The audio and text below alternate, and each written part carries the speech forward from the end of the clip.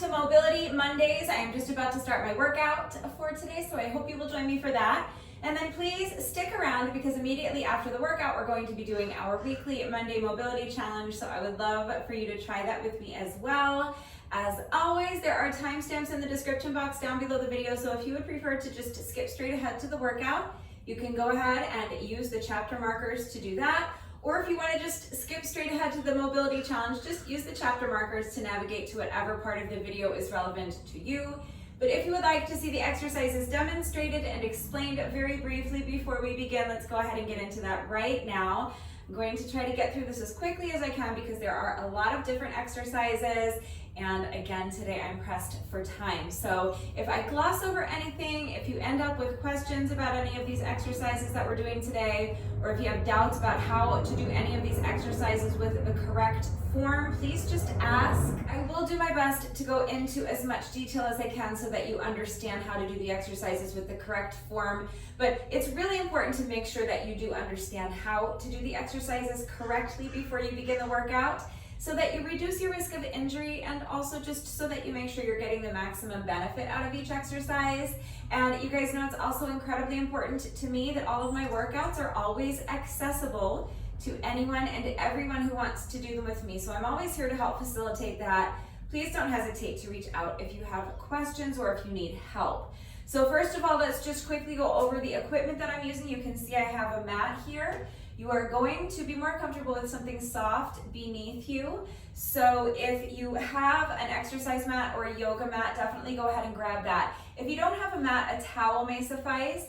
And if you're working out on a carpeted floor or on grass, you may not need anything at all. And if you're just going to do part one of the workout, you probably won't need anything at all unless you do your push-ups from your knees. If you do push-ups from your knees, you're gonna wanna have something soft beneath you. So an exercise mat or yoga mat is ideal, but if you don't have a mat, just grab a towel. I'm also using a set of dumbbells for reference and for reference only. These are 10-pound dumbbells, so that weight works well for me. If you are stronger than I am, you may need to use something heavier than that to challenge you. You may need to use something lighter than that. So it all just depends on you. It depends on your strength. It depends on your level of fitness. It also depends on what you have available to you. So if you don't have dumbbells, you can just grab a couple of shampoo bottles or water bottles filled with some sort of weight. But you're not going to be able to make them 10 pounds a piece. So maybe you're capable of lifting something heavier than a shampoo bottle. But if that's what you have available to you, then that's what you will use. And it also just depends on how hard you're looking to push yourself today. So just consider all of those factors when choosing your weights and make the decision that is best for you. But if you don't have dumbbells, household items will absolutely work as long as you can find something that you are able to maintain a secure grip on, so you're not going to drop it and hurt yourself or break something and make a mess. And as long as it's not too heavy for you, then pretty much anything will work. So a couple of shampoo bottles is easy to grab. Everybody has shampoo bottles or water bottles. You could just fill them with water, but you might be able to make them a little bit heavier if you fill them with something like uncooked rice, dried beans or lentils, kitty litter, powdered laundry detergent, something like that. So just get creative and use what you've got. And other than my mat and my dumbbells, the only other thing I'm using today is my jump rope. So I have Rebecca with me here today. Rebecca is my adorable black jump rope with these cute little white skulls on the handles. And if you would like to know where I get my jump ropes, there is a link and a coupon code in the description box down below the video. So click on the link, use coupon code Rebecca to save an additional 10% on your jump rope. If you don't have a jump rope, that's fine. You absolutely do not need a jump rope to follow right along with this workout. You have two options. First of all, you can simply eliminate the jump rope sections. If you just eliminate the jump rope and do everything else the way I'm doing it, then it will work as a standalone workout. So that's your first option. You can just not do the jump rope sections. But if you want to include those little cardio sections, they're each going to be about 5 minutes, plus or minus 5 minutes. So about 5 minutes of any type of moderate paced cardio you want to do is fine. So you really can just pantomime jumping rope. When I jump rope, I always kind of jog in place like this, but if you're more comfortable jumping with your feet together, jump with your feet together, with or without a jump rope. So if you don't have a jump rope, you can just pretend that you're jumping rope. You can do it with your feet together, or you can do what I do and kind of jog in place. But if you're jogging in place while jumping over an imaginary rope, you don't necessarily have to pretend you're jumping over a rope. You really can just jog in place. That's fine. If you want to challenge yourself, you could do high knees, you can do jumping jacks. So any type of moderate paced cardio exercise you want to do is fine. Just know that we are going to be doing sets of 250. So if you're jumping rope with me, when I say a set of 250, I'm talking about 250 revolutions of the jump rope. So any style of jump rope you want to do is fine. We're just counting revolutions of the jump rope. So 250 revolutions of the rope is one set. So if you're planning on doing something like high knees, that might get a little bit difficult. So just keep that in mind when you are choosing an exercise to do in place of the jump rope. So you don't necessarily have to count reps. You can just do high knees for the same amount of time that I'm jumping rope, and it doesn't matter how many reps you do, or you can just jog in place while I'm jumping rope, that's fine. But you could also do something like up and down the stairs. So if you have stairs in your home or your apartment complex, or if you have access to stairs, maybe you want to take your workout to a local beach or a park or hiking trail where there's steps. That's another option, up and down the steps for about 5 minutes during those sections where I'm jumping rope. Or if you have access to the field at your local high school, you could do up and down the bleachers, or you could run around the track.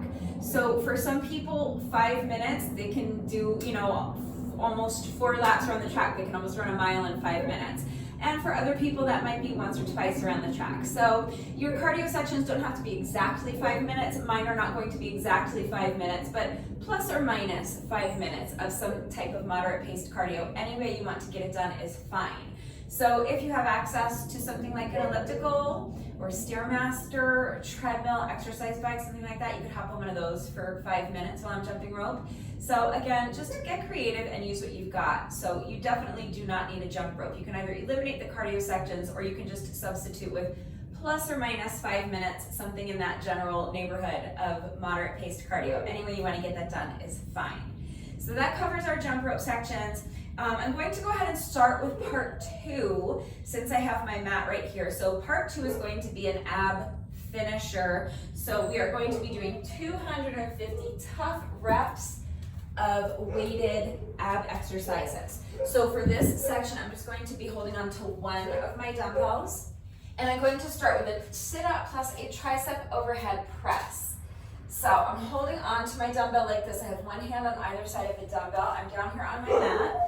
My knees are bent, my feet are flat on the mat, and I'm going to have my arms extended up overhead. And now I'm going to sit up, bringing the dumbbell with me. I'm going to reach up, straightening my back. Like I'm trying to touch the ceiling with my dumbbell. And then from here, I'm going to hinge at the elbows.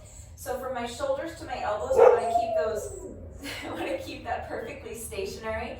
Think about, Coda, what happened? Poor baby. Think about gluing the insides of your elbows to your temples as you hinge at the elbows, letting the weight fall behind you, and then straighten your elbows and push the weight back up overhead, and then reverse the movement. Come back down to your starting position.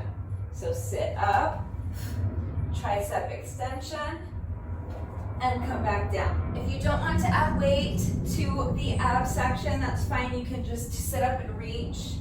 Eliminate the tricep extension if you're not holding on to anything, just sit up and reach, or any sit-up variation you want. If you prefer to do your sit-ups with your hands behind your neck, that's fine, okay? Any way you want to do it is fine, but 25 reps of whatever sit-up variation you would like to do. Our second ab exercise is going to be weighted pikes. So for this one, I'm going to straighten my legs. And again, I'm going to start with my arms extended up overhead. I'm holding on to my dumbbell, one hand on either side of the dumbbell. And now I'm going to keep my legs more or less straight, and I'm going to keep my arms more or less straight. And I'm going to lift my arms and my legs more or less at the same time. All right, so lifting the legs, lifting the arms, and I'm bringing my dumbbell up to tap my shins, and then reverse the movement. Make sure you're lowering your legs and lowering your arms with control. So make sure you're not just letting your legs drop down. Make sure you're not just dropping the dumbbell down. Make sure the movement is under control. So lifting the arms and the legs more or less at the same time, and then reversing the movement. So pike, jackknife, whatever you want to call it. If you don't want to add weight, just do the same thing without holding on to any added weight, all right? That is my second ab exercise. For my third ab exercise, I am going to lift my legs and they're going to stay here the entire time. So again, my legs are more or less straight. It's fine if you have a slight bend to your knees, if you're tight in the hamstrings or whatever, but it's not a crunch. I'm not crunching my knees into my chest. I'm just lifting the legs up and they're going to stay right here. And all I'm going to do, again, I'm grabbing a hold of my dumbbell, one hand on either side of the dumbbell, and I'm just going to sit up and reach the dumbbell up towards my toes. And then return to my starting position. So the dumbbell comes up and over, and then I'm crunching and reaching up towards my toes. Then return to the starting position. So without weight, you can just do toe touches, okay? Simple. And then for my third ab exercise, this time I'm going to keep my weight right here. My arms are going to stay right here. I'm straightening my legs, and then I'm just going to lift and lower the legs. Super simple. All right, so of course, if you don't want to add weight, when I do this exercise without any added weight, I find it much more comfortable to place my hands underneath my booty, but you can have your hands anywhere it's comfortable, and then just lift and lower the legs, okay? So that's your body weight modification. We're gonna be using weights for part one, so if you're just tired of lifting weights, these are just body weight modifications. You don't have to add weight to this little ab finisher if you don't want to. But I'm going to be holding onto my weight. So the final exercise is Russian twists. If you don't want to add weight, you're just going to lift your heels up off the mat, twist and tap. So you're twisting your body thoracically and tapping the mat with your hands, and then you're going to twist and tap the other side of your mat. Twist and tap, twist and tap. So work to your own level, okay? If your range of motion does not allow you to come all the way down and tap the mat, then just get as close as you can. But the point is that you're twisting your body thoracically, okay? So really feel that crunch in your obliques. If it is too difficult to have your heels elevated, you can do this with your heels on the mat. Same exercise, twist and tap, twist and tap. And the way I'm counting these is each time I tap this side of my mat is 1 rep. So I'm double counting them. So we're going to twist and tap, twist and tap. That's 1, 2, 3, like that. All right, so I'm going to be doing that whilst holding on to my 10-pound dumbbell. So again, one hand on either side of the dumbbell, heels on the mat to make it a bit easier. If you want to challenge yourself a little more, lift the heels, and then again, we're just going to twist and tap, twist and tap. So that's 1, 2, 3, and that's it. That's all 5 exercises for our ab finisher. So for part 1, there are also 5 different exercises, but 4 of them are compound movements. So it's a lot to go through. I'm going to get through it as quickly as I can. I am starting with a push-up on my dumbbell, and then 2 curtsey lunges with a halo. It sounds like a lot, but let's start with the push-up. We'll break it down. So I'm using 1 dumbbell for this. I'm going to put 1 hand on either side of my dumbbell. Now, if your dumbbells are rounded on the ends, or if you are using household items like shampoo bottles or water bottles, I'm going to recommend that you modify this exercise so that you are doing your push-ups with your hands flat on the floor or the ground. If you're using rounded dumbbells, they're liable to roll around on you when you put your weight on them in a plank position like this. And I don't want anyone getting hurt. I know there are plenty of people that do push-ups on rounded dumbbells, so it's your workout, it's your decision, all right? If you feel confident that you are able to do your push-ups this way on rounded dumbbells, then that's up to you. It's up to you to decide what level of risk you're comfortable taking, but for the record, unless you're doing this exercise with a kettlebell or with dumbbells that are flat on the bottom, or maybe with a medicine ball, I would prefer that you modify this exercise so that you're doing your push-up with your hands flat on the floor or the ground. And then once you've done your push-up, you can pick up your weight and continue. But I'm going to be doing my push-up holding on to my dumbbell like this. So I'm going to come up into a plank position, and I'm going to do my push-up, Then I'm going to jump the feet in. You can jump or step your feet in. And as you stand, you're going to bring your weight with you. Then we're going to do 2 curtsey lunges. So what that means is that I'm going to lunge behind me and diagonally across my body at the same time. Bend both knees. Tap that back knee to the ground if you can. Just make sure the movement's under control. I don't want you to bang your knee into the ground. And as I do that, I'm going to add a little halo. So as I step this foot back and diagonally across my body, I'm going to bring my dumbbell towards that same direction, and I'm going to make a halo around my head. So that as I end up down here in the lunge, my dumbbell is towards the outside of my front leg. And then I'm going to repeat that on the other side. So I'm going to step this foot back, and then I'm going to pick up the opposite foot, and I'm going to lunge behind me and diagonally across my body the other way. So I'm going to bring my dumbbell in that same direction, bringing it behind my head and around, so that as I end up in my lunge, my dumbbell is towards the outside of this front leg. All right, so it's going to look like this. After I do my push-up, I'm going to do my lunge with a halo, and then other side, dragon lunge with a halo. All right, so that's 1 rep. So all together, it's going to look like this. Push up, jump or step the feet in. Dragon lunge with a halo. Dragon lunge with a halo on the other side. All right, so that is my first exercise. My second exercise is going to be another compound movement. For this one, I need both of my dumbbells. And this is a combo that we just did recently. I think this was one of my 5-minute Friday workouts, if I'm not mistaken. But I know we just did this combo recently. So it's going to be a reverse grip bent over row plus a bicep curl plus an Ahhnold press. Again, it sounds like a lot, but it flows together. It makes a lot of sense. So for this one, you're going to have your palms facing forward. So right now you're looking at my palms, the backs of my hands are facing the top of my legs. So I'm going to be holding my dumbbells in this position to start, and I'm going to start with a reverse grip bent over row. So the reverse grip part just means this, palms facing forward. Then I'm going to hinge at the hips, come down into this bent over position and row the weights. So I'm just bending my elbows and rowing the weights up towards my shoulders. And then I'm controlling the movement on the way down. So don't just let the weights drop down, control the movement. Now, I'm pressing my heels into the ground to stand. Then I'm going to do a bicep curl. So keeping my palms facing forward, I'm just going to bend my elbows, curl the weights up towards my shoulders, and now an Ahhnold press.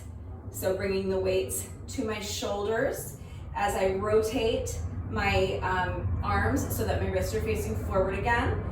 Press the weights up overhead, and then bend the elbows, bring the weights back down to the shoulders. Then just squeeze the weights back together in front of you. So make sure you're not banging the weights together. Again, make sure every aspect of the movement is under control. So squeeze the weights together, and then straighten the elbows, return to your starting position. All right, so that's 1 rep. See how it all flows?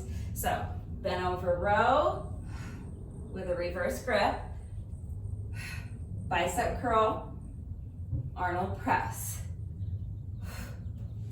From the side, reverse grip, bend over row, bicep curl, and now bring the weights around to the shoulders, press them up overhead, weights come back down to the shoulders, squeeze the weights together in front of you, and straighten the elbows, return to your starting position. All right? Reverse grip, bend over row, bicep curl, Ahhnold press. See the flow? It makes sense. So just make sure that as you're doing that bent over row, you want your shoulders back and down. So imagine tucking your shoulder blades into your back pockets. Chest is lifted high. Make sure your abs are super strong and tight and engaged. Like someone's about to come along and punch you in the stomach as hard as they can. You're bracing for that impact. And then make sure that you're hinging at the hips. So send that booty back. Think about trying to touch the wall behind you with your booty. At the same time, remember you're keeping your chest lifted nice and high. So think about touching the wall in front of you with your chest. You want to elongate your spine so that your back stays flat and your weight stays in your heels. You should actually be able to pick up your toes. So you're hinging at the hips. Remember, flat back, weight in the heels, and make sure you're not actively trying to straighten your legs like this. You want to make sure there's a soft bend to your knees. You do not want your legs perfectly straight. So soft bend to the knees. And do your best to see if you can get your torso parallel to the ground. But again, work to your own level. Please do not push your body into doing anything it is not ready to do. If you need to shorten up the range of motion, that's fine. It's not important how far you can bend over. What's important is that your back is flat and the weight is in your heels. All right, so that's my second exercise. The third exercise is espressos. If you follow my workouts regularly, you have seen espressos many, many times. If you don't follow my workouts regularly, but you know what man makers are, these are basically man makers. They're a little bit different. And I don't like the name man makers. And my friend Sarah always called this exercise espressos, so that is what I call it. But basically it is, so it's another compound movement. So it's a push-up on the dumbbells, and then 2 plank rows, and then a hammer curl and an overhead press. All right, so again, it sounds like a lot, but again, it flows. It's basically a man maker. It's like a burpee variation. So starting with my push-up. So again, if you are using rounded dumbbells, or if you are using household items for weight, I would prefer that you do your push-up with your hands flat on the floor or the ground, and then just row one weight at a time, always keeping one hand flat on the floor or the ground for stability. Okay, but if your weights are flat on the bottom, that provides sufficient stability so that you can do the push-ups the way I'm doing them. So I'm going to step my feet back, and now I'm up here in a plank position. So if you do your push-ups from your knees, just make sure you have something soft underneath your knees. But you're going to do your push-up while holding on to the dumbbells. And then you're going to row one weight at a time. So that just means you're bending one elbow at a time and lifting the weight up towards the same shoulder. Make sure you're placing the weight back down with control. Don't just let the weight drop down. Okay, every aspect of the movement is under control. Then you're going to jump or step your feet in. Stand. As you stand, you're bringing the weights with you, and now you're going to do a hammer curl and an overhead press. Then bring the weights back down to your shoulders. Straighten the elbows right into the next rep. So weights down, jump or step the feet back, push up, row, row, jump or step the feet in, hammer curl, overhead press. So with your hammer curl, with our bicep curl, our palms are facing forwards. With our hammer curl, our palms are going to be facing the outsides of our legs. So palms are facing each other. The outsides of my hands are facing the walls on the sides of me, okay? So if you think of the way you would swing a hammer, that's the grip you have on your dumbbells as you curl them up to your shoulders, and then you maintain that grip. So palms facing each other as you press the weights up overhead, palms facing each other as you bring the weights back down to your shoulders, palms facing each other as you straighten your arms and return to your starting position. Okay, so your wrists never rotate. For your push-up, just remember that you want your head in line with your spine. So if you imagine that you are standing with your back up against the wall and just gently pressing the back of your head into the wall, that is where you want your head to be. That's where you want your head to stay. All right, so make sure that you are not allowing your head to drop down like this. And make sure as you're doing your push-ups, your head isn't bobbing up and down. So head in line with the spine and keep your head still. Shoulders away from the ears. So make sure you're not sinking down into your shoulders like this. Press the dumbbells away from you. Or if you're doing your push-up with your hands flat on the floor or the ground, press the floor or the ground away from you. Spread out all 10 fingers and really visualize pushing the ground away so that you're pushing yourself up as high as you can in this plank position, and your shoulders are away from your ears. And make sure that your back is flat. So don't allow your hips or your belly to droop down towards the mat like this. That's causing an arch in my back. Again, you want to tighten up your abs. Use your ab muscles to lift your hips high and keep them lifted high. And then once you have found this beautiful plank position and your body is in one perfectly straight line from your heels all the way to your shoulders, make sure nothing moves. Really visualize your body as a plank of wood. Okay, so nothing can bend. You're just lowering this plank of wood down to the ground and then pushing it back up. And if you're doing knee push-ups, the only difference is that instead of your straight line going from your heels to your shoulders, your straight line is going to go from your knees to your shoulders. But other than that, nothing changes. You're just bending your elbows, lowering your chest as close to the ground as you can without breaking that straight line from your heels to your shoulders, and then pushing yourself back up. All right, so just mind your form on the push-up. Remember, head in line with the spine, shoulders away from the ears, flat back. All right, we are flying. That's exercise 3 of 5. Next is going to be, what does that say? Deadlift plus an upright row. I wrote all this out because it's so much to remember, but I can hardly read it. Deadlift plus an upright row plus, 2 reverse lunges with a reverse curl. All right, so we did bicep curls, we did hammer curls, now we're doing reverse curls.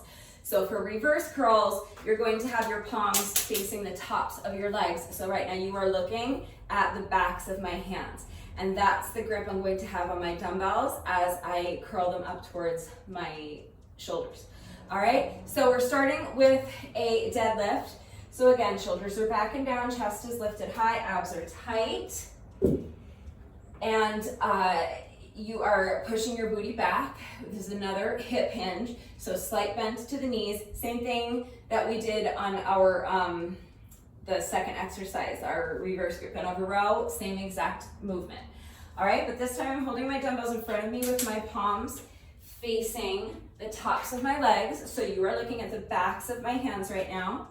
And I'm just going to let my weights fall down in front of me. Again, just make sure your back stays flat, make sure your weight stays in your heels.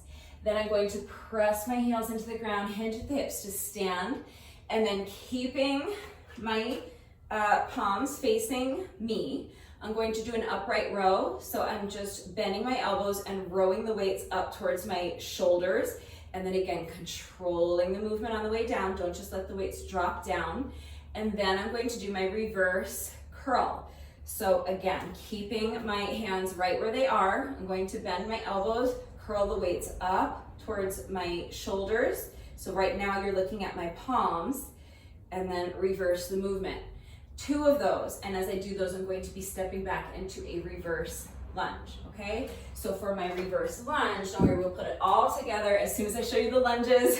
I'm gonna start with my shoulder, my feet about shoulder width apart. I'm going to step back with one foot, bend both knees, come down into my lunge, and then step forward. So again, with your lunges, if you're able to tap this back knee to the ground, fine. Just make sure the movement's under control so you don't bang your knee and hurt yourself, but you don't have to tap that back knee to the ground.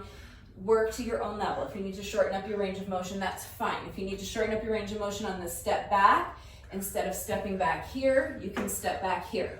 And instead of lunging all the way down here, you could be here. Okay, work to your own level. But we're going to do 2 reverse lunges, 1 on each leg. So starting with your feet about shoulder width apart, you're going to step back and lunge, going for about a 90-degree angle in this front knee. So try to make sure that this front knee is more over your front heel as opposed to being out over the toes like this. All right, then step it forward, step back with the opposite foot, bend both knees, come down into your lunge, and step forward. So as we're going back into the lunge, we're going to be curling the weights, reverse curls, all right? So lunge with a reverse curl, reverse lunge, reverse curl.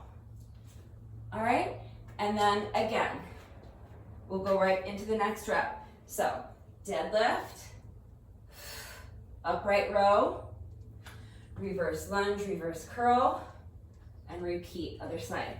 Reverse lunge with a reverse curl. Deadlift, upright row, lunge and curl the weights, lunge and curl the weights.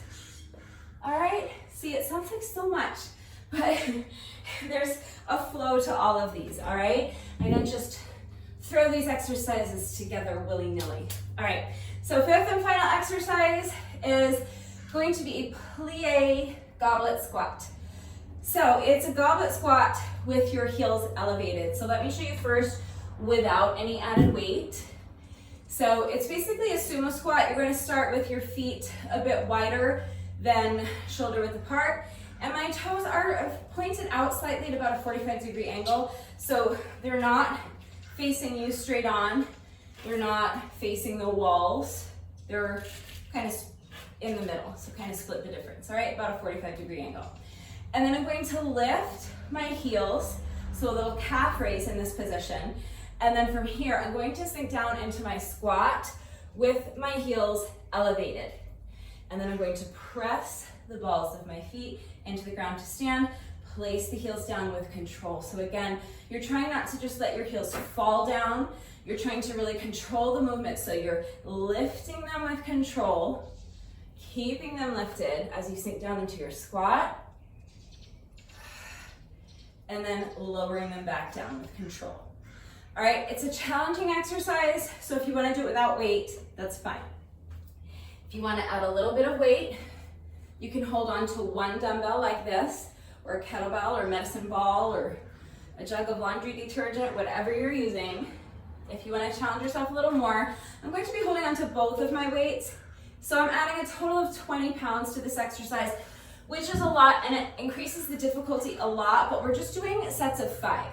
So keep that in mind. They're small sets. So if you want to challenge yourself a little more, try adding a little more weight. You can hold both of your weights together like this. But that's all we're doing with the weight. It's a goblet squat, so that really just means you're holding the weight in front of you like this, whatever you're holding onto for weight, and that's the only difference. Same exercise, just holding the weight in front of you. So again, lift the heels, come down into your squat, press the balls of your feet into the ground to stand, place the heels down with control. That's it, all right? That's the only one of these that's not a compound movement. And that's all 5 exercises in part 1, all 5 exercises in part 2, plus jump rope. So now here's how it all fits together. So part 1 is going to be a 25-minute AMRAP, A-M-R-A-P, that stands for as many rounds as possible. So the circuit I just showed you with the weights, we're going to be going through that circuit as many times as we can. We're going to set a timer to count down 25 minutes, and then we're going to complete that circuit as many times as we can with good form before our 25 minutes is up. So it's going to be 5 reps of each exercise. So starting with my push-up on the dumbbell, with my curtsey lunge and halo, curtsey lunge and halo.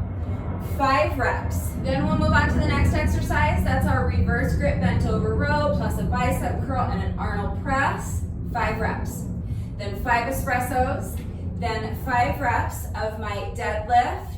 It's a deadlift plus an upright row plus 2 reverse lunges, adding a reverse curl to each lunge. So we'll do 5 of those, and then we'll finish with 5 plie goblet squats. That's the circuit. So you're just going to repeat that circuit as many times as you can with good form in 25 minutes. That's part 1. Part 2 is our ab finisher. So I showed you those 5 exercises, those 5 ab exercises that we're doing. You can do those with or without weight. We're doing 25 reps of each exercise, and that's our ab finisher. So if you are eliminating the jump rope sections, that's all you're going to do.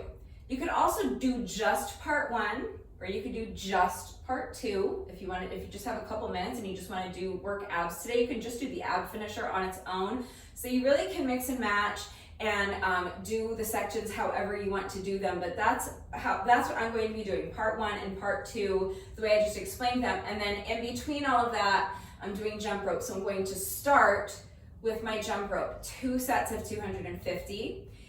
I know it's going to be difficult. So it's 500 total reps of jump rope with each jump rope section. So if you prefer, you can do 5 sets of 100, and that will make it much more manageable. That's usually how I would do it, but today I got the 25s working for everything, 25-minute AMRAP, 25 reps of each ab exercise.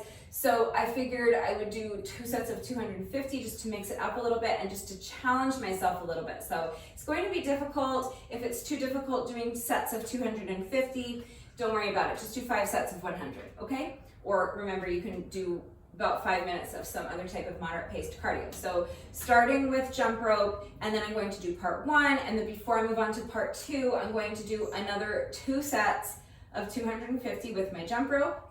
and then I'll do part 2, which is our ab finisher, and then I'll finish up with one more jump rope section. So again, 2 sets of 250 with the jump rope. That's what my workout's going to look like, but you do it in whatever way works for you. If you're doing it, it's your workout. So remember, you can mix and match the sections, modify the exercises as needed, make whatever changes and substitutions you need to make it work for you. And if you don't have time to do the whole thing, just do part 1, or just do part 2, or do parts 1 and 2 without the jump rope. Do it in whatever way works for you, all right? But that's what I'm doing. So hopefully that is all clear. Remember that I always take the time to type out the instructions in the description box down below the video. And of course, I'm going to do the entire workout right along with you. So watch me do it, read the instructions, but then of course, as always, reach out if you have any questions or if you need help. And then again, just one final reminder, especially if you're going to be working out along with the video, please make sure you're going at your own pace. If you are in good shape, you'll probably be faster than I am, and that's great. Be faster than I am as long as you're not losing anything off of your form to get there. If you're slower than I am, that's also great, because you wouldn't even know that you're slower than I am unless you're out here doing the reps and putting in the work. So fantastic if you're just doing the workout. Don't worry about how fast you're doing the reps, just worry about your form. Worry that you are executing the reps correctly. It's always going to be safer and more effective to do fewer reps with excellent form than it is to race through the workout, race through the exercises, and do lots and lots of sloppy reps. So please make sure that you're going at your own pace, and make sure that you're minding your form. Do not sacrifice your form for speed. And make sure that you're working to your own level. So that means choosing a set of dumbbells or household items that are an appropriate weight for you. They're not too heavy. It means modifying the exercises as needed. It means taking rest breaks as needed. So yes, we're trying to get as many rounds complete of these 5 exercises as we can during our AMRAP. It stands for as many rounds as possible. So you want to move quickly, but again, you don't want to sacrifice your form for speed. So if you need to pause and rest, you should pause and rest. Challenge yourself to keep your rest breaks as short as you can, but they should be as long as you need. You should only resume the workout once you feel that you have regained enough strength and you have enough stamina so that you can continue with good form. And again, it means shortening up your range of motion if you need to. The point is just that I don't want you pushing your body into doing anything that it is not ready to do. I don't want anyone getting hurt, and I want all of my workouts to be safe and effective so that you can see the results of all your hard work. So please just always make the decision that is best for you. Do your best, and just remember that your best is always good enough, so let your best be good enough. Hopefully I have covered everything. If you are ready to begin the workout, grab a set of dumbbells or maybe a couple of shampoo bottles or water bottles filled with some sort of weight. Grab your jump rope if you have one, and if you're jumping rope with me today, and make sure that you have something soft beneath you for part 2 at least. So grab an exercise mat or a yoga mat if you have one, if not maybe a towel. And again, if you're working out on a carpeted floor or on grass, you may not need anything at all. Pause the video, go get dressed, and then meet me right back here. We're going to start with a quick 5-minute warm-up, and then we'll get right into our first cardio section, and then we'll start part 1 of the workout, which is our 25-minute AMRAP. All right, so as soon as you're ready, let's get started with our 5-minute warm-up. So you're going to begin by just allowing your head to fall towards one shoulder. Place your hand on top of your head and just rest it there. You're not actively pulling your ear down towards your shoulder. Make sure your arm is completely relaxed. You're just letting gravity do all of the work of gently stretching the other side of your neck by just using the weight of your arms. So now we're gonna do the other side. Let go of your hand, let your head fall towards the opposite shoulder. And again, place your hand on your head and just rest it there.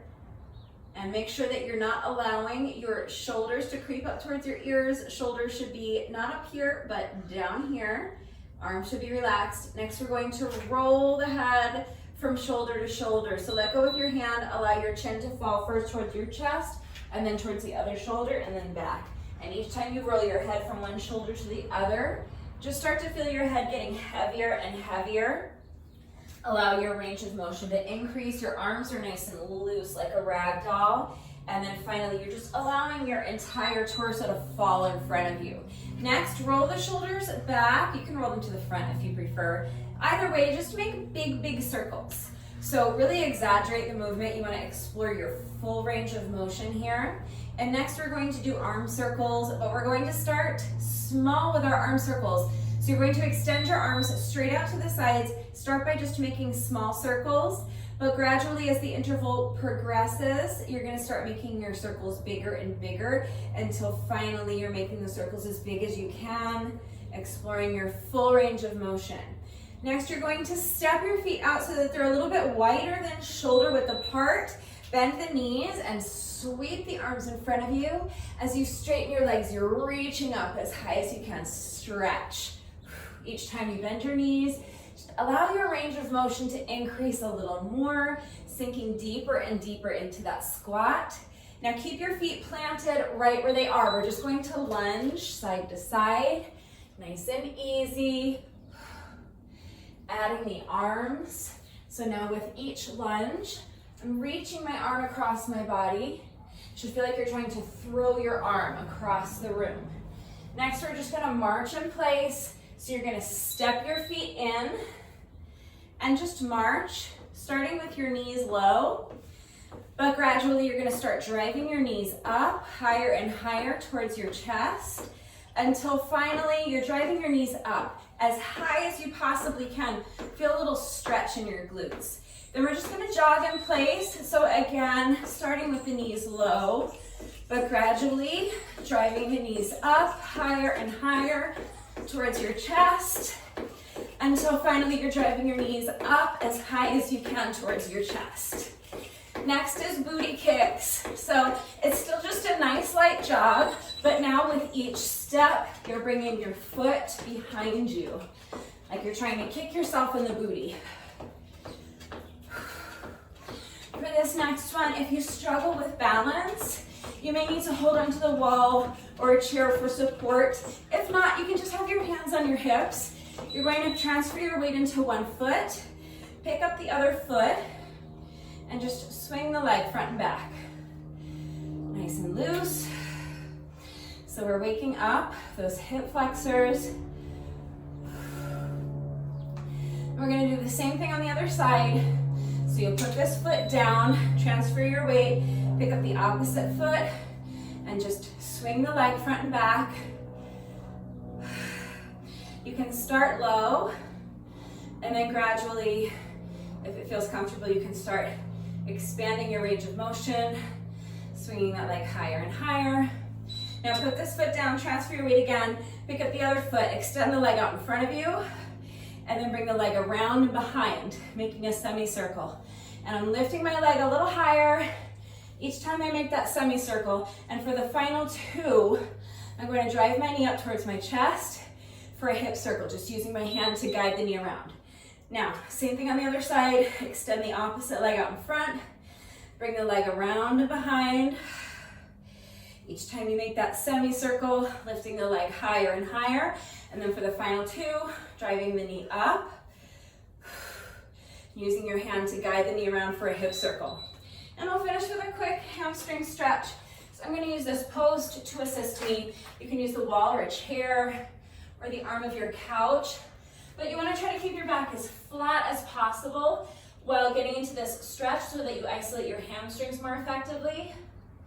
And using the wall or a chair or something like that can just make it a little bit more accessible, make it a little bit easier, a little more comfortable getting into this stretch. But that's it. That's our 5-minute warm-up. So let's go ahead and get right into our first cardio section. This is going to be plus or minus about 5 minutes of moderate paced cardio. Any way you want to get that done is fine. I'm going to be jumping rope. I'm doing 2 sets of 250 with the jump rope. So that means I'm counting 250 revolutions with the rope, and I'm going to do that twice. So it's going to be super tough. Wish me luck. Remember, if that's going to be too intense for you, you can do 5 sets of 100 to make it a little bit more manageable, but 500 total revolutions of the rope is what I'm going to be doing. So I'm going to be splitting it up into 2 sets of 250, hopefully without too much tripping over my jump rope. If you trip over your jump rope, it's fine. You do not have to go back and start the entire set over again. Just take a deep breath and get right back into it. Pick up your count wherever you left off, okay? Just do your best. So as soon as you're ready, here we go. 250 revolutions of the jump rope,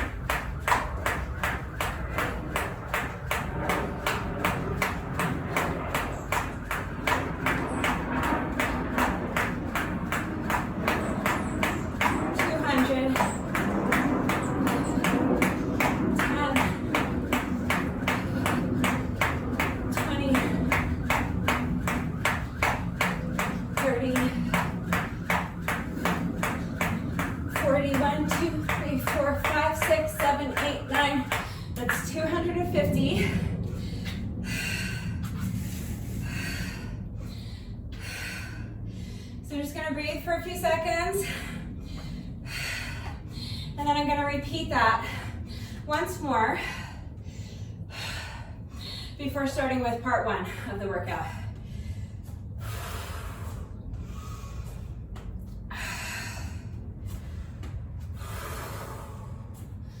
All right, another 250 reps when you're ready.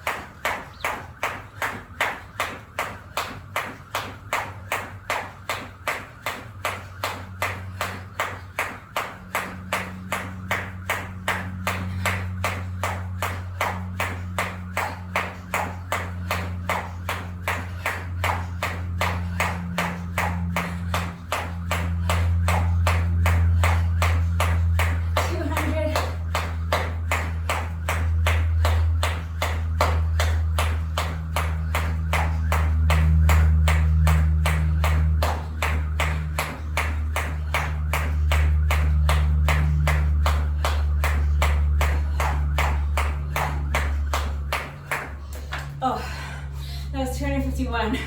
Forgot what I was doing. Just thinking about something else. That's it, that's our first cardio section. So now I'm keeping my mat out of the way because I don't need it for this part one. If you do push-ups from your knees, you will want to keep the mat close by so that you have something soft underneath your knees for your push-ups. But this is our 25-minute AMRAP. So 5 exercises, 5 reps of each exercise. And we're going to complete as many rounds as we can without sacrificing form in 25 minutes. So I have my timer set to count down 25 minutes. If you need a longer rest break to recover from the cardio section so that you can towel off or have a sip of water, pause the video, come back when you're ready. I'm gonna go ahead and get right into part one, even though my heart rate is still elevated. So if you would prefer to let your heart rate come down a little bit and give yourself a minute so your breathing can normalize, that's up to you. But I'm going to go ahead and start my timer. So starting my timer in 3, 2, 1. This is a 10-second rest interval, just so we have a little bit of time to get ready. Starting with a push-up with my hands on the dumbbell, plus 2 curtsey lunges with a halo.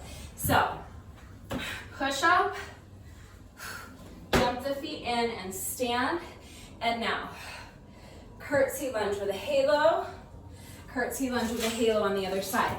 That's 1 rep. We're doing 5 of those. So put the weight down, jump or step your feet back, push up with your hands on the dumbbell, jump or step the feet in, curtsey lunge with a halo, curtsey lunge to the other side with a halo.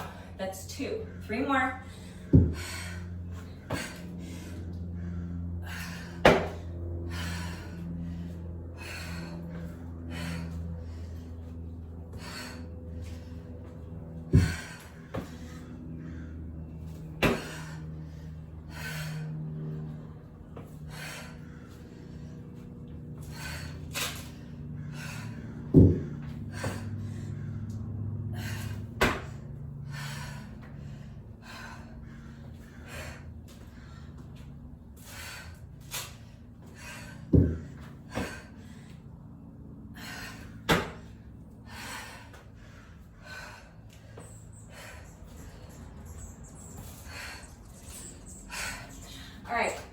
Now pick up the other dumbbell.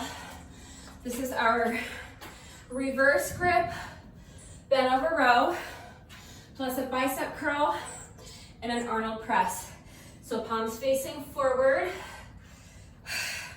You're hinging at the hips. Row the weights. Press your heels into the ground, hinge at the hips to stand. Curl the weights. Now bring the weights around to your shoulders. Press them up overhead. Weights back down to the shoulders. Squeeze them together in front of you. Straighten the arms. That's 1 rep. So, hinging at the hips. Reverse grip, bent over row. Bicep curl, Ahhnold press.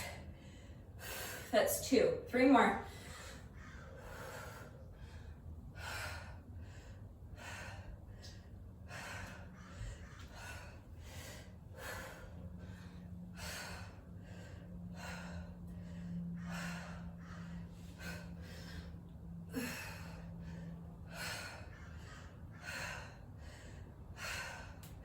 That's 5. Next is espressos. So again, remember that's a push-up on the dumbbells, 2 plank rows, 1 on each side, and then a hammer curl with an overhead press. So holding on to my dumbbells for my push-up, plank row, now jump or step the feet in, stand, hammer curl, overhead press. Weights down, jump or step the feet out, push up, row, hammer curl, overhead press. 3 more.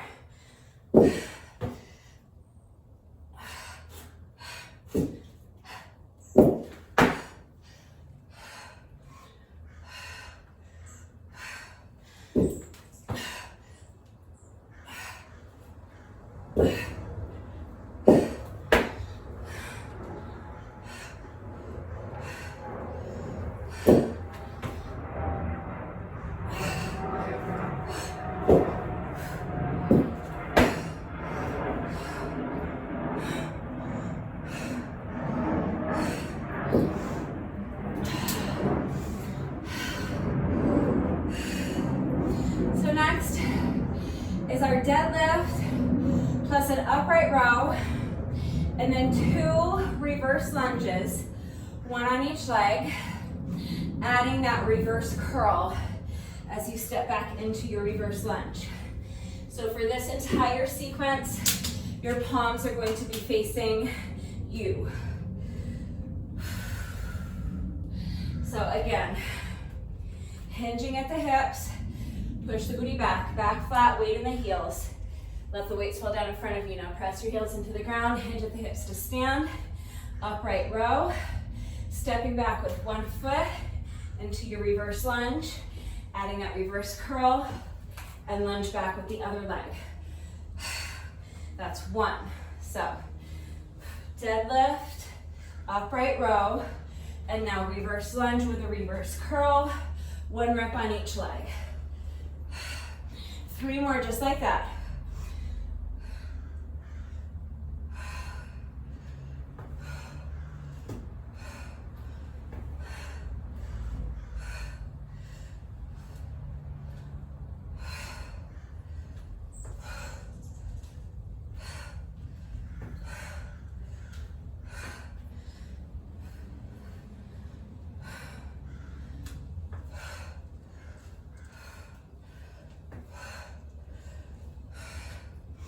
And that's 5.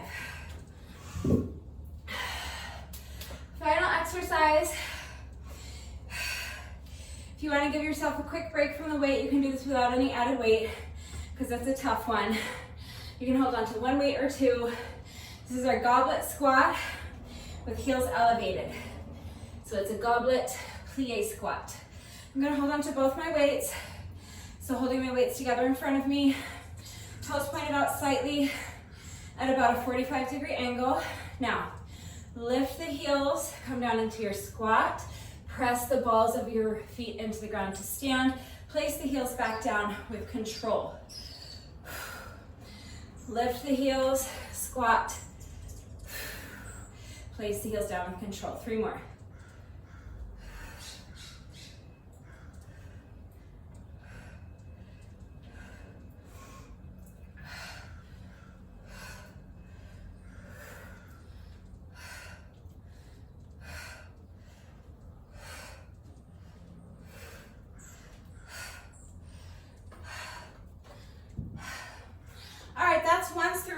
circuit.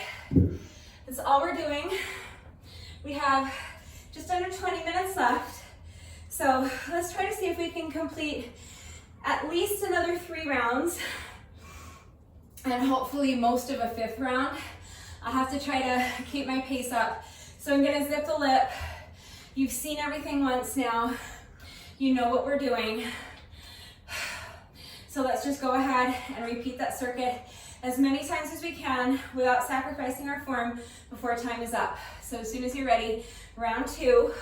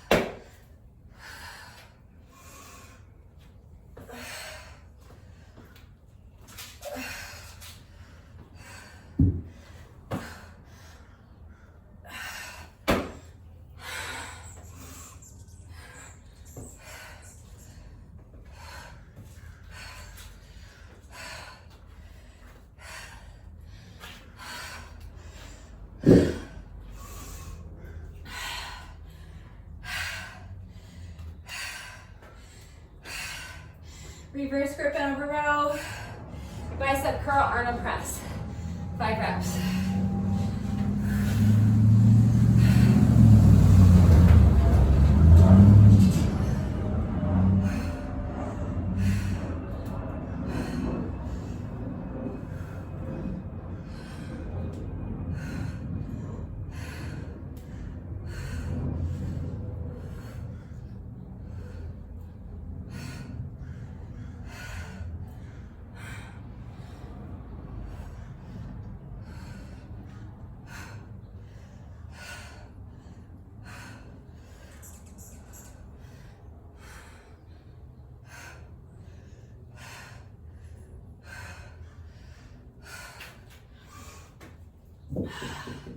Five espressos, or man makers, or any burpee variation you want, really.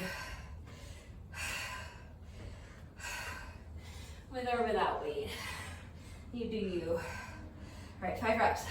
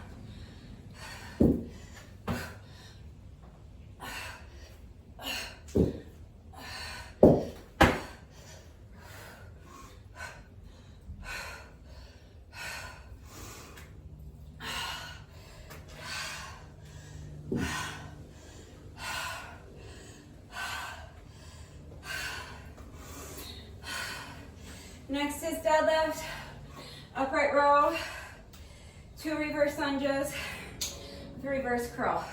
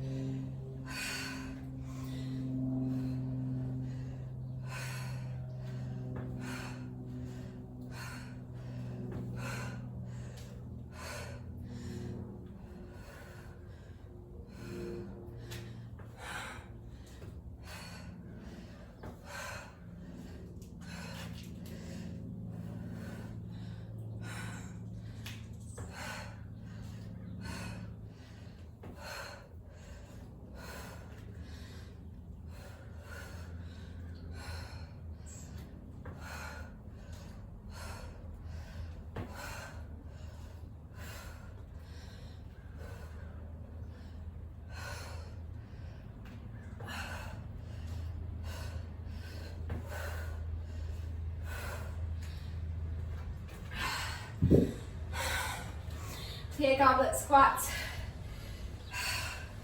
Or you could just do regular goblet squats if it's too difficult doing them with your heels elevated. Really, you can do any squat variation you want, with or without weight, when you're ready. 5 reps.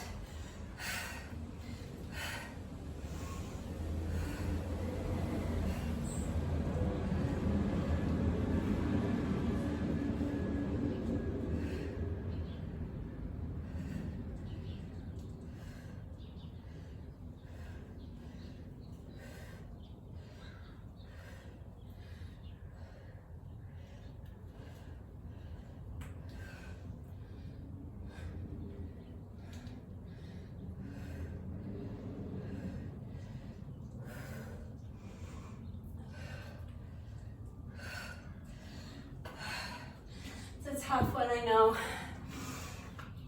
And it's definitely not an exercise that can be rushed. All right, that's round 2.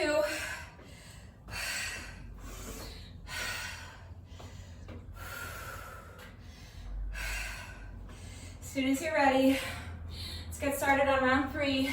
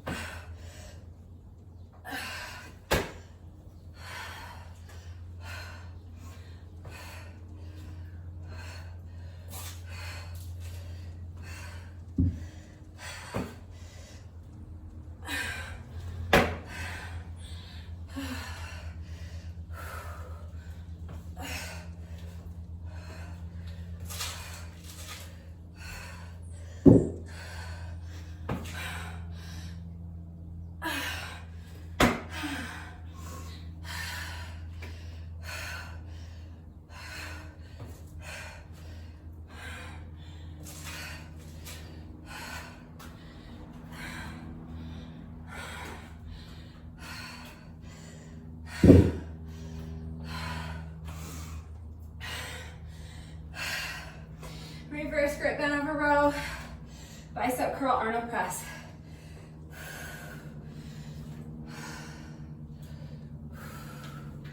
Five reps.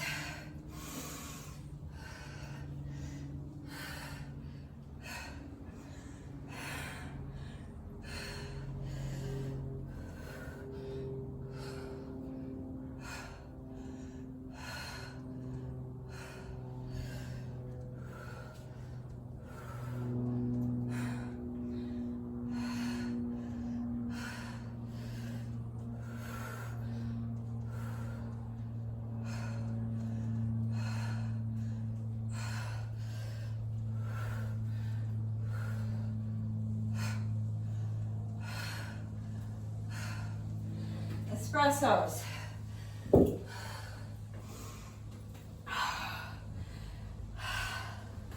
5 reps.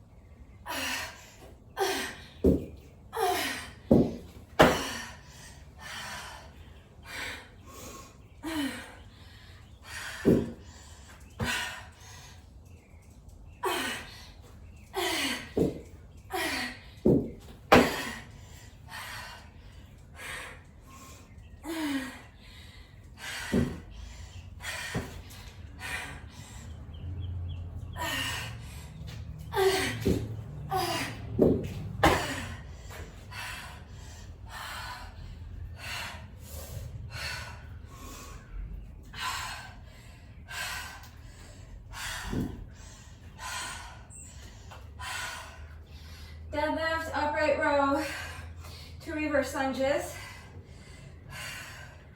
with reverse curl.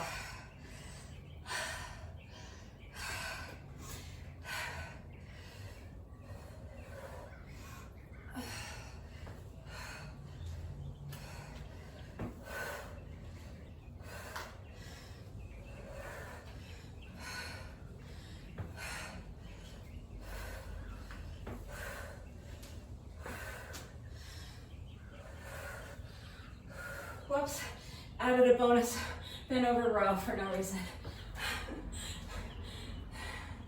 I get extra credit. 3, 2 more. Just a deadlift and an upright row, that's it. It's 4, last one.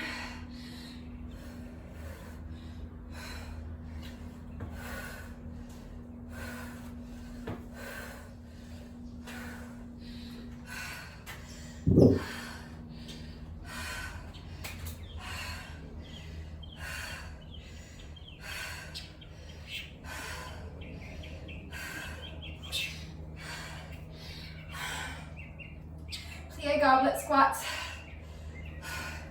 or goblet plie squats.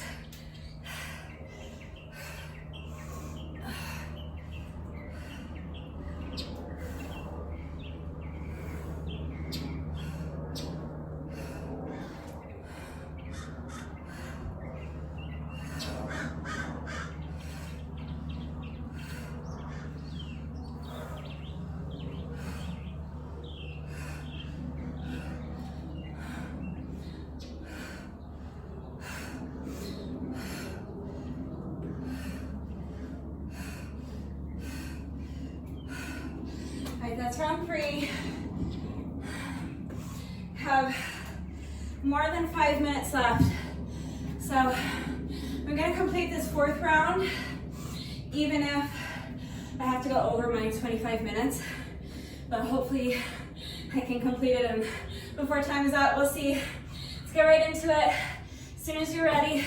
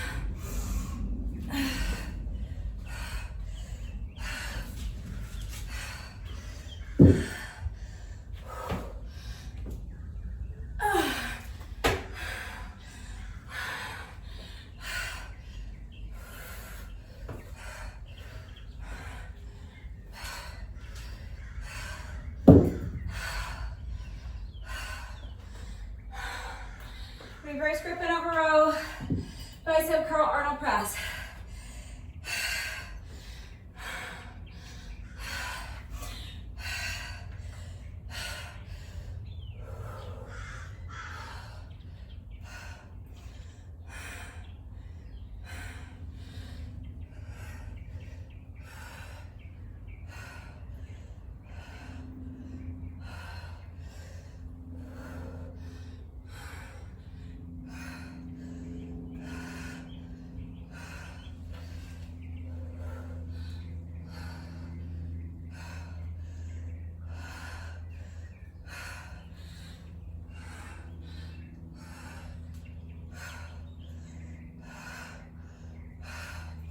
Espressos.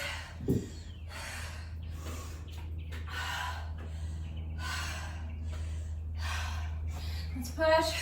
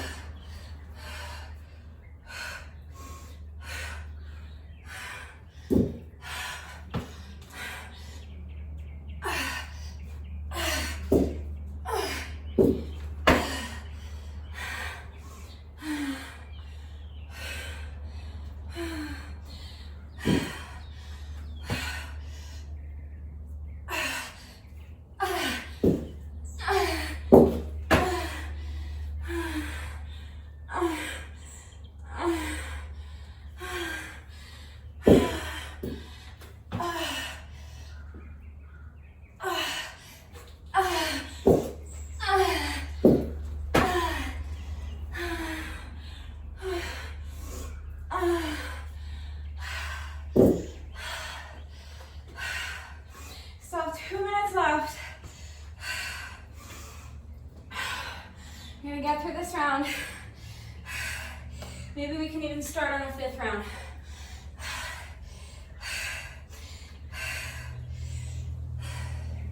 Deadlift, upright row, reverse lunge, reverse curl.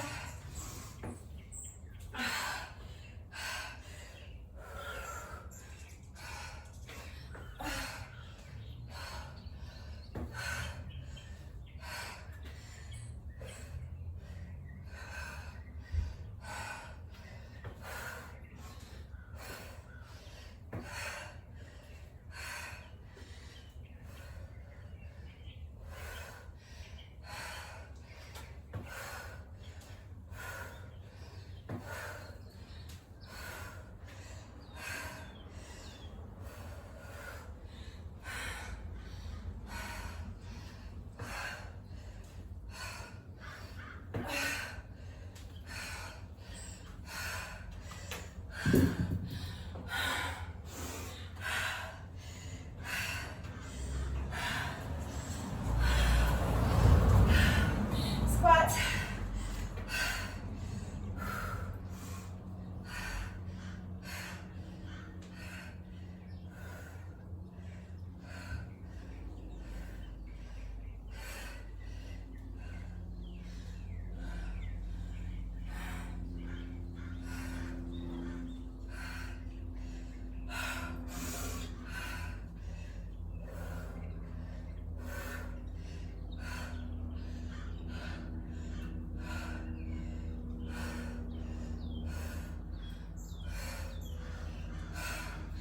All right, that's round 4. Still a few seconds left. Let's do at least 1 rep of round 5.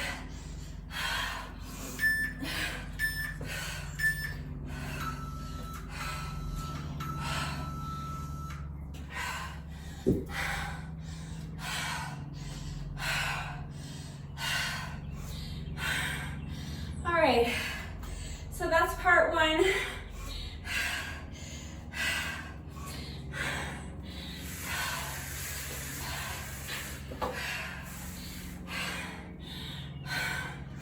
If that's all you're doing today, if you're not doing any more cardio and you're not doing part 2 of the workout with me, let's do your bonus burpee. If you are continuing on with me, you can do a bonus burpee in solidarity if you would like, but just to know that you'll have to do another bonus burpee after your workout. So if you want to join me for a bonus burpee, feel free. But for those of you who are not continuing on to part 2, let's do a bonus burpee together with you. So as soon as you're ready, this will be your final rep of the day.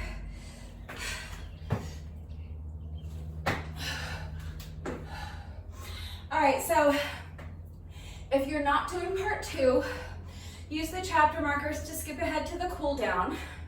Do a quick little, like 5-minute cool down with me, and then stick around for the mobility challenge. Remember, it is Mobility Monday, so we're doing a mobility challenge immediately after the workout. So make sure you stick around for that, and then please remember to take some time to stretch before you have your shower, and then you can eat some lunch and get on with the rest of your day. If you are continuing on with me, we still have to do part 2, which is our ab finisher. And I think I forgot to mention that we're repeating part 2. I did mention it was 250 reps. So hopefully you figured out that 25 reps of each of those 5 exercises adds up to 125 reps. So we have to do 2 rounds of part 2. If that's too much for you, you can just go through it once.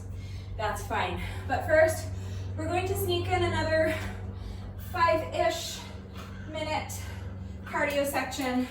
So I'm going to be doing the same thing I did for our first cardio section, which is 2 sets of 250 with my jump rope.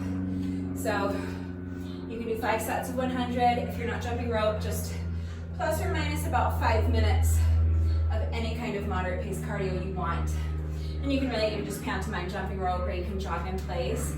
If you need to pause and rest, pause the video, towel off, get a sip of water. As soon as you're ready, let's go ahead and get started on our second of 3 cardio sections. So 250 revolutions of the rope.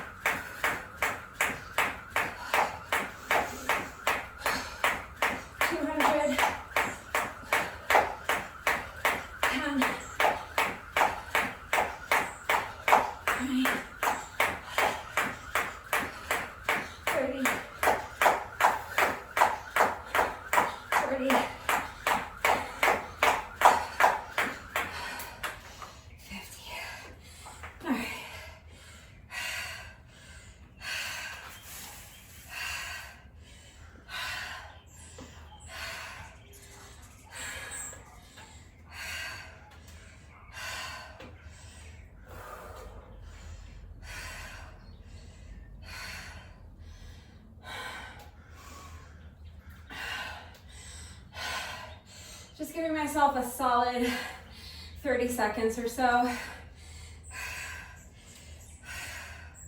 in between sets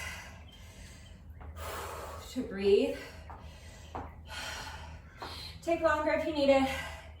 When you're ready, let's start on the second half. Another 250 revolutions of the rope.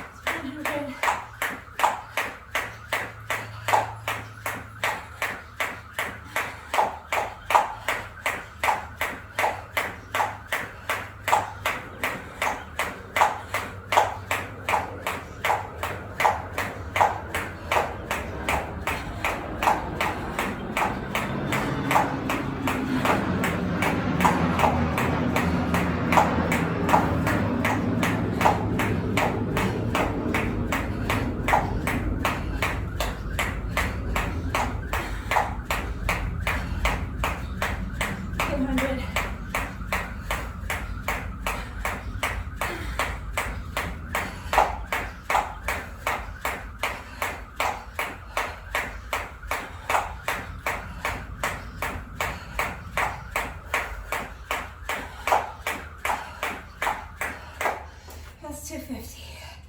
All right.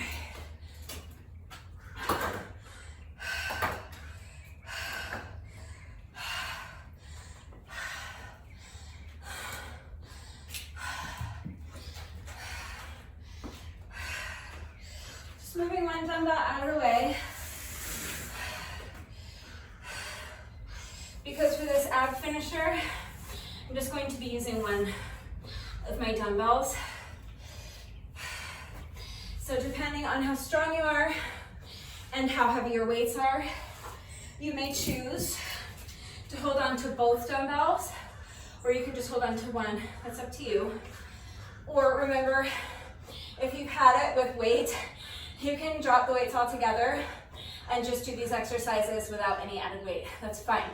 So 5 different ab exercises, 25 reps of each, twice through the circuit. Starting with our sit-up with a tricep overhead press. If you're not holding on to any weight, you're just gonna sit up. Do regular sit-ups, okay? If you need a longer rest break, again, just pause the video, challenge yourself to keep the rest break as short as you can, but only come back when you feel that you have regained enough strength and you have enough stamina to continue with good form. And as soon as you're ready, let's go ahead and start on part 2. So knees are bent, feet are flat on the ground. I'm holding onto my dumbbell, one hand on either side of the dumbbell, and now I'm going to sit up, reach up, tricep overhead press, and now return to the starting position. That's 1. Sit up, tricep extension. That's 2. We're doing 25, so do your best.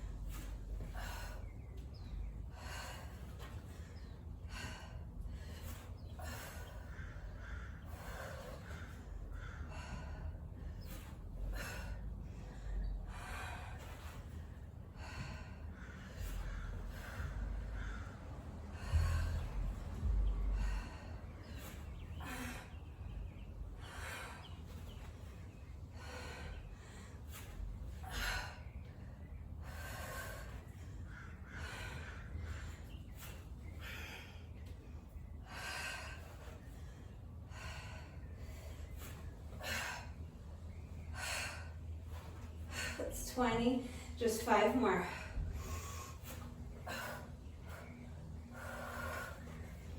One,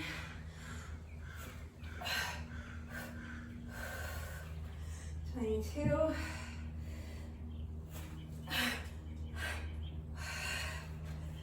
23,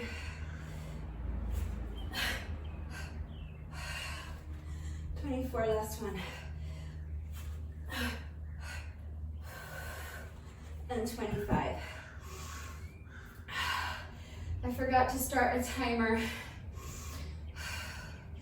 I would have wanted to time this part 2 to see how long it takes me, but I forgot to start my timer. It's fine though. I have the benefit of being able to just watch the video and time it from that, but you don't have to time it. I just like to time myself so I know how long it's taking me, and then I have a clear goal in mind for a time that I want to be. I have a clear time goal for the next time I do the workout. All right, so next is weighted jackknives. Weighted if you want, if not, just do it without any added weight. 25 reps.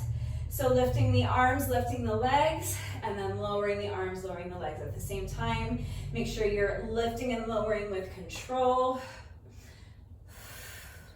That's 2. 25 of these is going to be tough. Just do your best.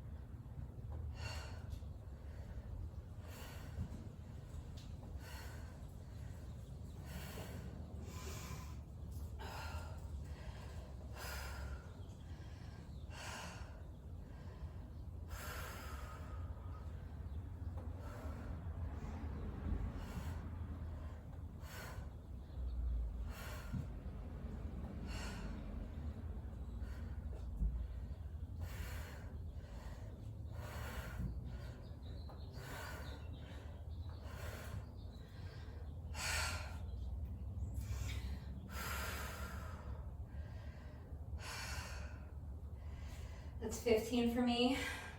I'm gonna do 2 more little baby sets of 5.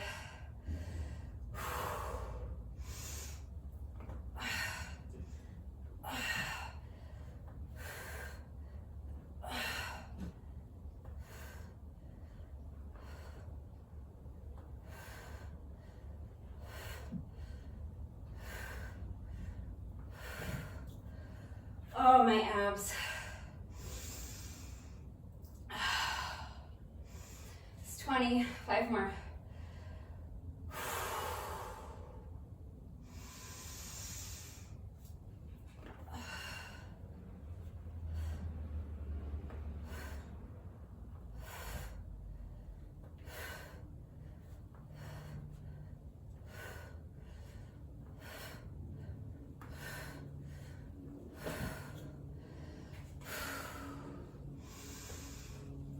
That's 25. You guys know I have the world's weakest abs. I'm always crying every time we do abs, so why I decided to do a 250 rep ab bonus is anyone's guess. These middle 3 exercises I think are the toughest.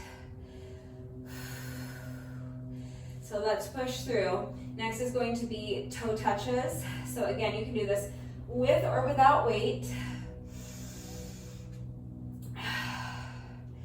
So just lifting the legs, they're gonna stay right here the entire time, and now sit up and crunch, bringing the dumbbell up towards your toes.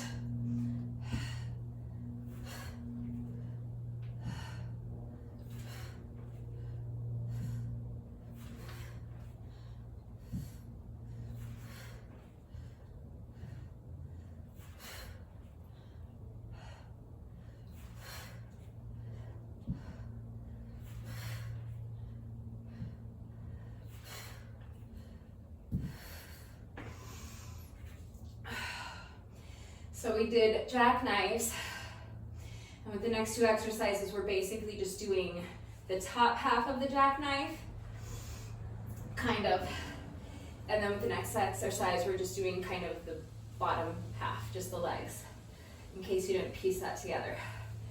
All right, so that was my first 10 reps. I'm gonna do the same thing I did with the jackknife, see if I can just do 3 more little baby sets of 5.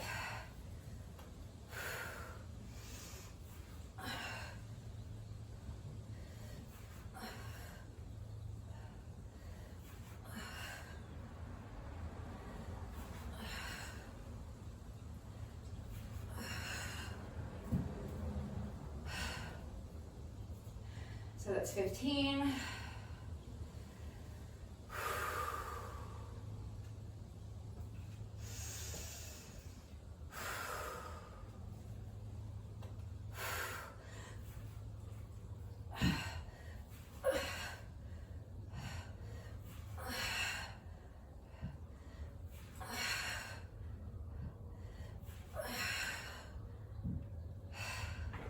That's 20. If you don't have pathetic weakling abs like I do, and you don't need to be taking these little rest breaks, don't break them up into sets of 5. Just do all 25 without stopping if you can. Or do like 10 and 10 and 5, or 15 and 10. Break them up if you need to, but if you don't need to, just keep going. All right, that was 20 for me. I just have to do 5 more.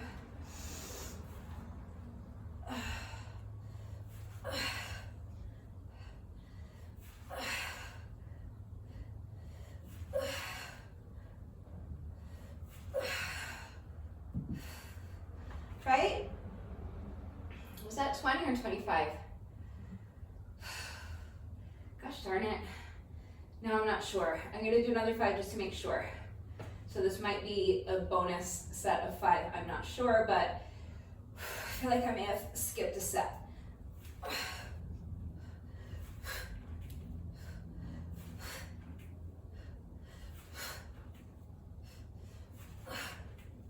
All right, that's at least 25. Possibly 30. Once I get that itch on my brain, it's not going to go away until I scratch it by doing those extra reps, because I'm not going to be able to stop thinking that I shorted myself, and I'd rather know that there's a possibility that I may have done a few extra reps rather than spend the rest of the workout wondering if I did enough. All right, so fourth exercise, we're just doing leg raises. So if you are doing these without any added weight, you can just have your hands underneath your booty to make it more comfortable. You can have your hands wherever it's comfortable for you. But I'm going to be adding weight, so I'm just going to be lifting my weights straight up overhead, and my weight's going to stay right here the entire time. I'm just going to lift and lower the legs. So make sure you're lowering the legs with control. Don't just let them drop down. Make sure the movement's under control. 25 reps, do your best.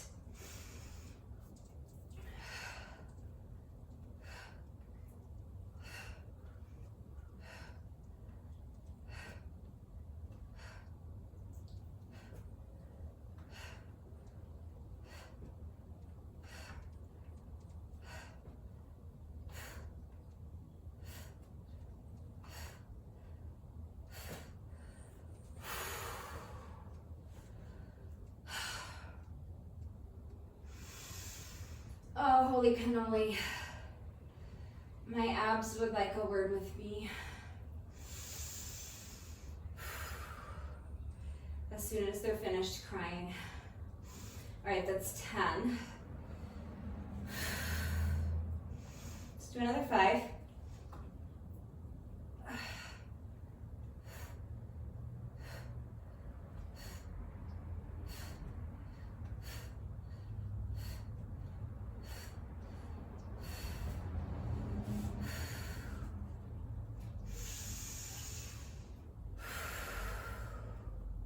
That's 15.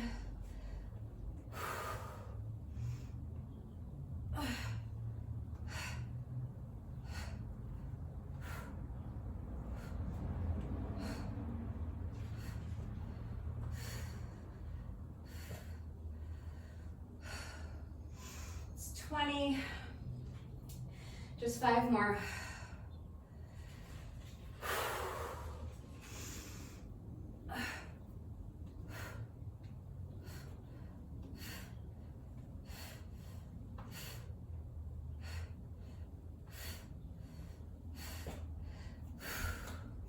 And that's 25. I can't sit up to do my Russian twists. Can I do them from down here? All right. Final exercise, 25 Russian twists. So again, you can do this with or without weight. Remember, it's a bit easier to keep your heels on the ground, so you can do it with your heels down if that is more manageable for you. If you want to increase the difficulty, you're going to raise your heels. So pick up your heels, starting with the dumbbell on one side of your mat. You're gonna twist and tap, twist and tap. That's 1 rep. Twist and tap, twist and tap. That's 2. We're double counting them. So each time you tap this side of the mat counts as 1 rep. I'm counting those as my first 2 reps. I'm gonna zip it. We're going to 25, so I'm gonna do 23 more. Do your best.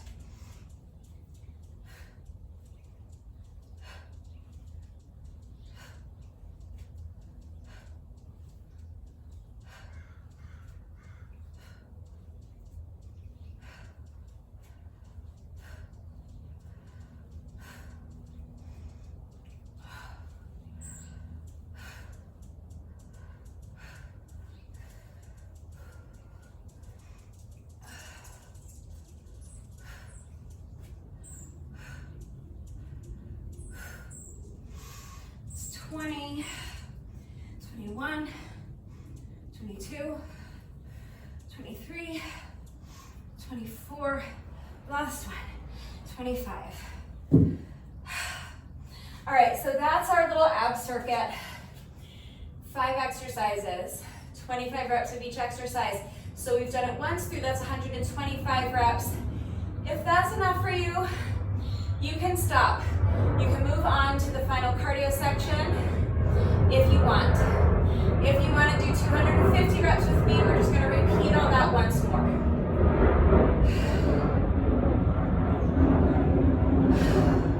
So if you did it the first time,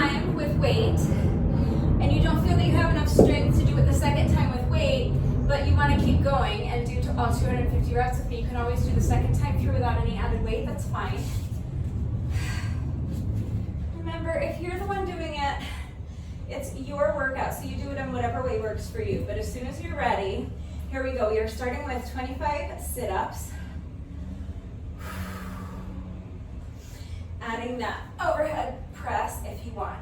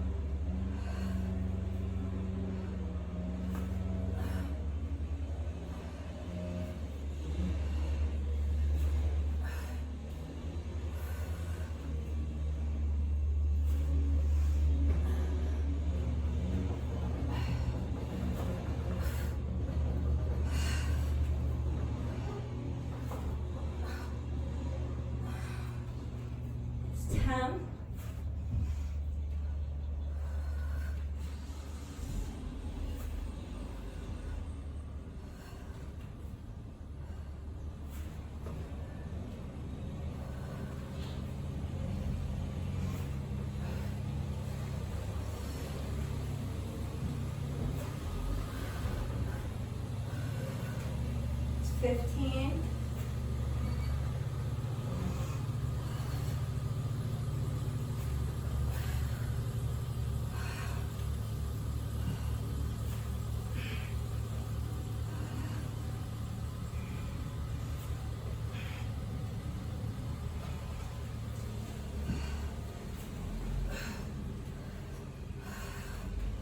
It's 25 more.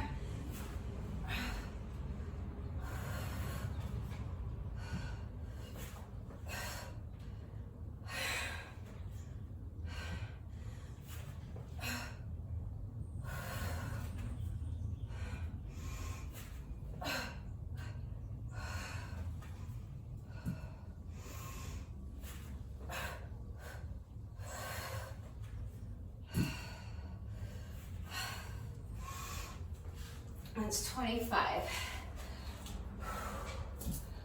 So sit-ups are done. Just gonna switch directions because this sunbeam is right in my eyes. Much better. All right, so next is jackknives. 25 reps. When you're ready.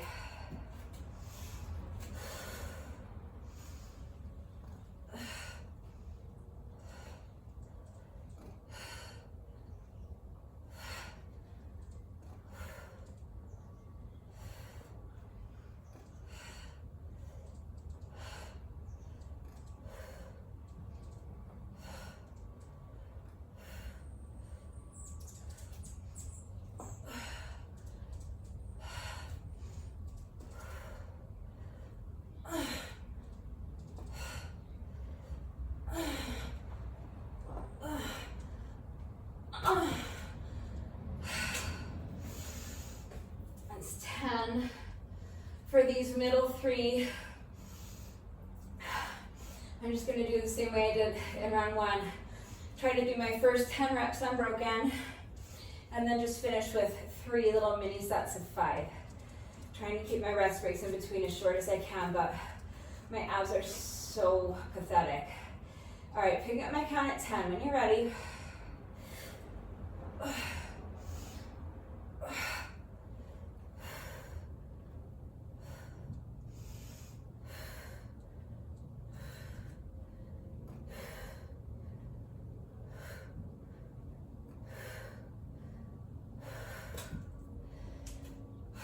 So that's 15 for me.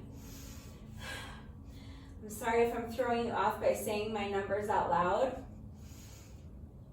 but last time I didn't say one set out loud, I think, and I lost track, and I think I ended up doing an extra 5 reps. All right, picking up my count at 15. Let's do another 5.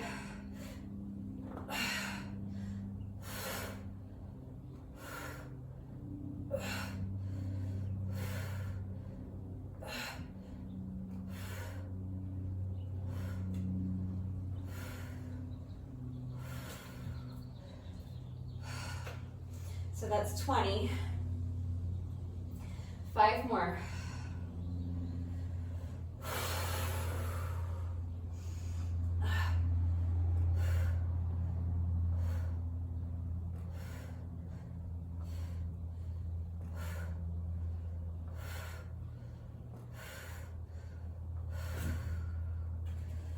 That's 25. All right, I know these second, third, and fourth exercises are super tough. But it does make it much more manageable when you break them down into a set of 10 and then 3 sets of 5. Just make sure that you're pushing yourself to keep the rest breaks as short as you can. I know it's hard. Just do your best. All right, next is toe touches.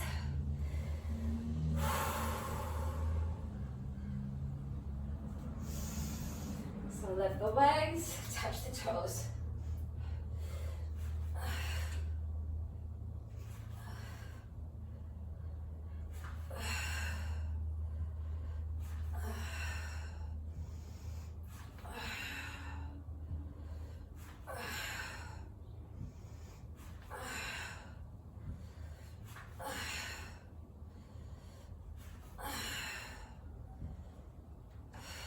It's 10.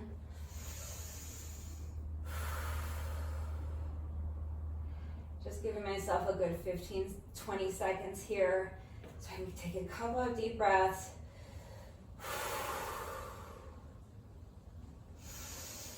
Okay, continuing on with sets of 5. That's what I'm doing anyway. You do what works for you.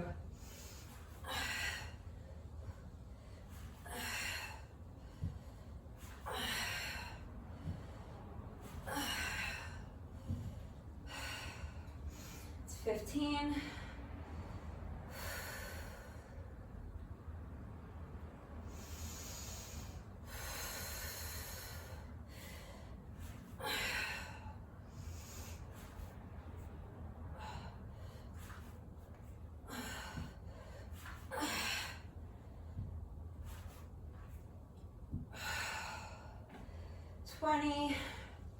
Just 5 more.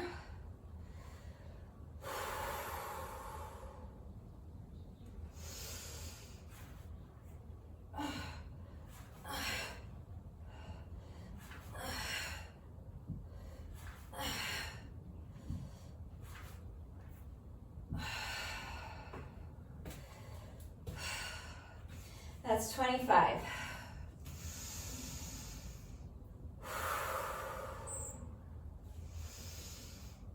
Next is leg raises. So again, I'm going to try to do the first 10 reps unbroken if I can.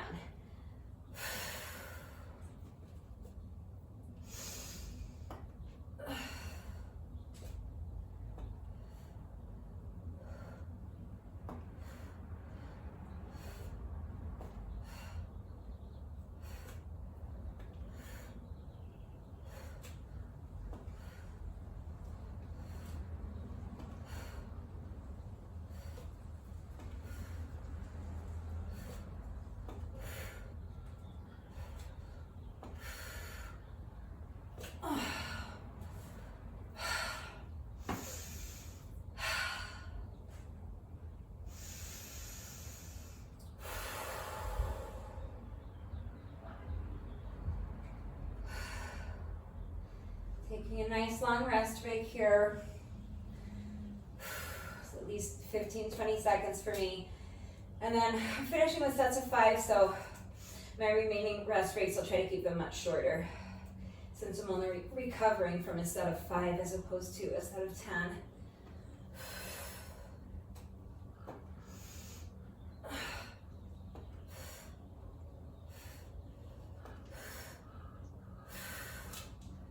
So that's 15.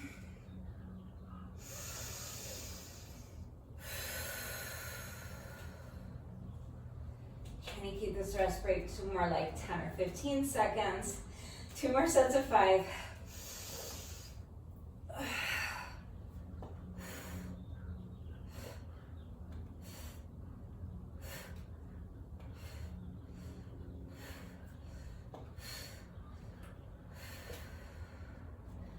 That's 20.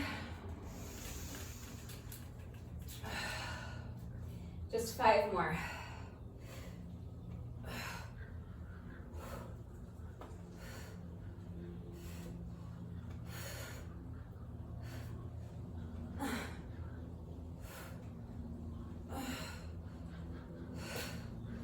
That's 25. All right.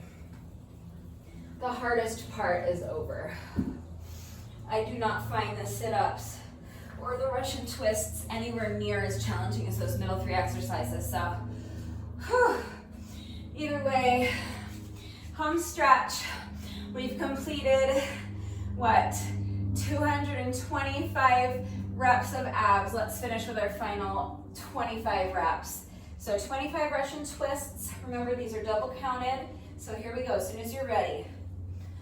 1, 2, 3, 4, 5, keep going.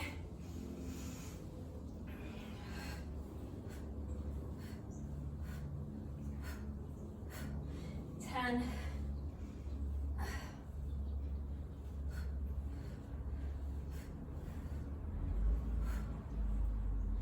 15,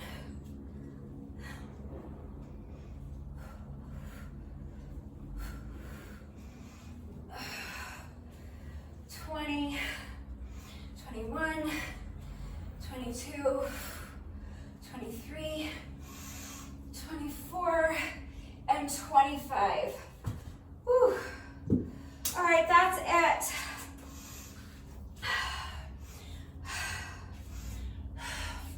That is 250 reps, 250 super tough reps of abs. Nicely done. That is part 2.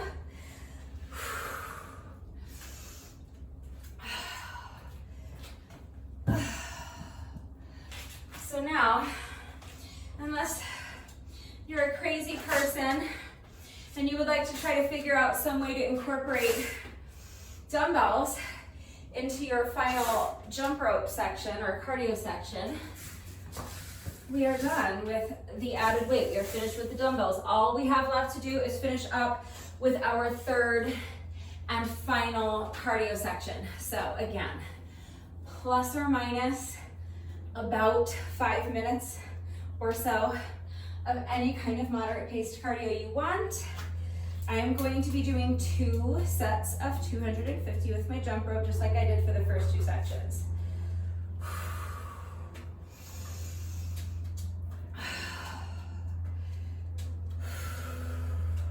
I'm tempted to just do 5 sets of 100 because my legs are jelly, but I want to keep it consistent, so I might be tripping over my jump rope a lot, but I'm going to do my best to just do two sets of 250, just like I did for the first 2 sections. So again, if you need a little rest break so that you can recover a little bit before tackling this final little bit of cardio, pause the video, get a sip of water, towel off. As soon as you're ready, come back. We're finishing up with our final cardio section. So final 2 sets of 250 with the jump rope. I can't even do a set of 1 with the jump rope with my legs the way they are. Okay, shake it out. Deep breath. Take 2. I seriously can't jump over my rope at all anymore. All right, we're gonna get this done. I'm doing this on purpose. It's just a little comedy relief. All right, here we go. Take 3.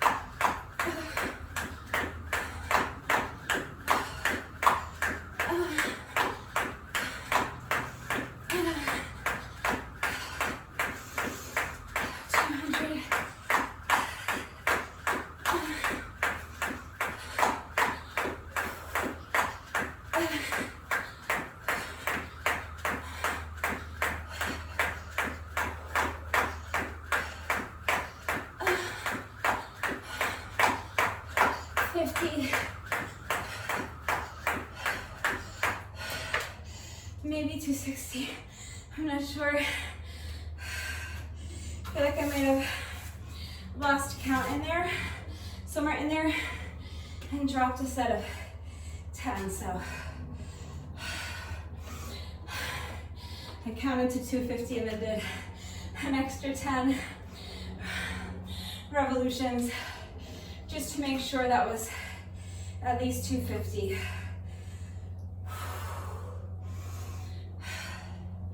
So taking a good 30 seconds or more.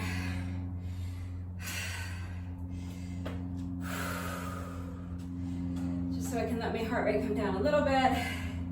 Take a few deep breaths. And then here we go.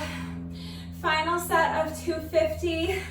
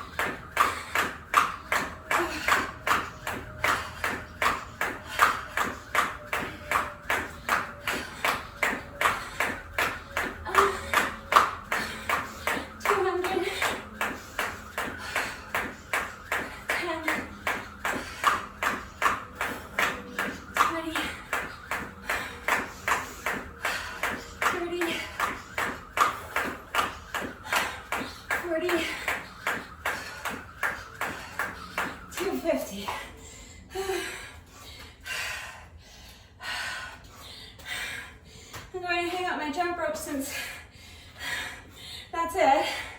That's our final set of 250. But we are not quite finished yet. So, as you know, no workout of mine is ever complete until we have done our bonus burpee.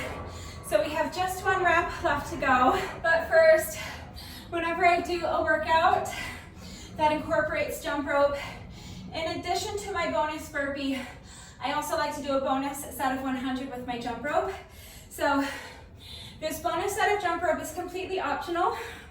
The bonus burpee is mandatory. You must do your bonus burpee, and your bonus burpee must be the last thing that you do. So that's why I said even if you did a bonus burpee earlier, in solidarity with the people who were not continuing on to part 2, you still have to do another bonus burpee after our bonus set of jump rope, because your workout continued, and the bonus burpee is the thing that completes the workout. So you do have to do one more bonus burpee, but the bonus set of jump rope is completely optional. So if you would like to join me, again, any style of jump rope you want to do is fine. We're just counting 100 revolutions of the jump rope. If you do not want to do the jump rope bonus, that's fine. Just take another minute to rest. Allow your breathing to normalize a little bit. Let your heart rate come down a little bit. And cheer me on. Hope that I have enough strength in my legs to jump over Rude Becca 100 more times without tripping. So as soon as you're ready, here we go. 100 revolutions of the jump rope. 1, 2, 3, 4, 5, 6, 7, 8, 9, 10. 20. 30. 40. 50. 60. 70. 80. 90. 1, 2, 3, 4, 5, 6, 7, 8, 9. And then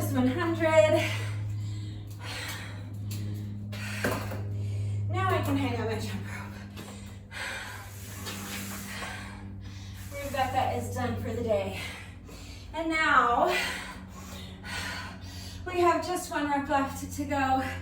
Let's go ahead and do our bonus burpee together, and then the workout will be officially complete. So as soon as you're ready, here we go, final rep of the day.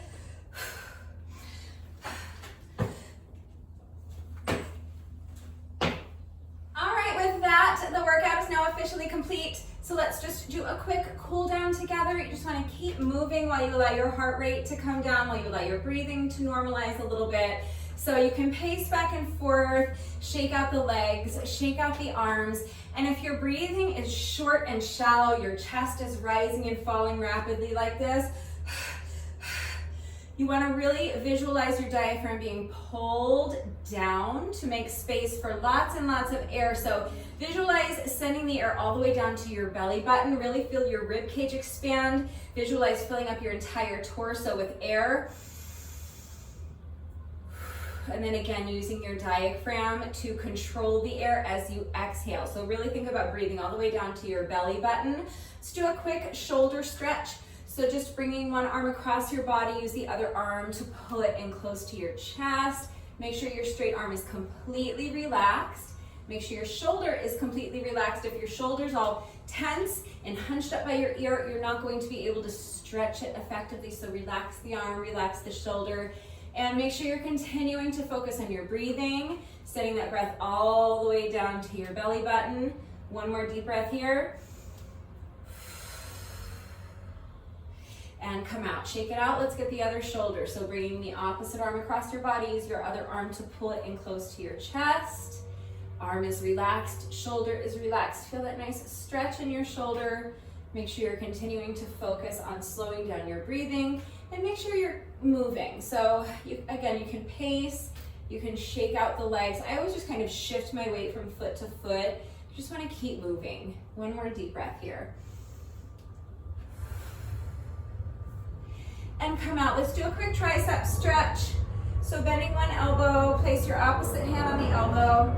Gently pull your elbow towards the opposite shoulder, making sure that the fingers of your free hand are pointing straight down at the ground. So you want to avoid having this free hand hanging out up here somewhere by your shoulder. Point those fingers straight down at the ground as you gently pull your elbow towards the opposite shoulder.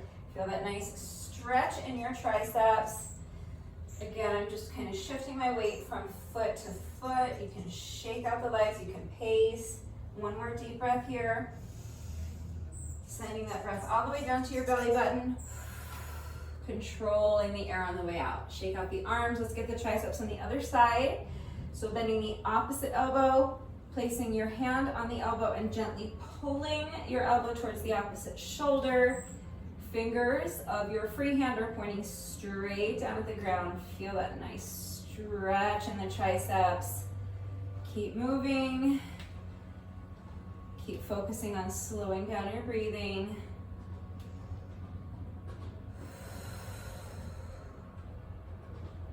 And come out.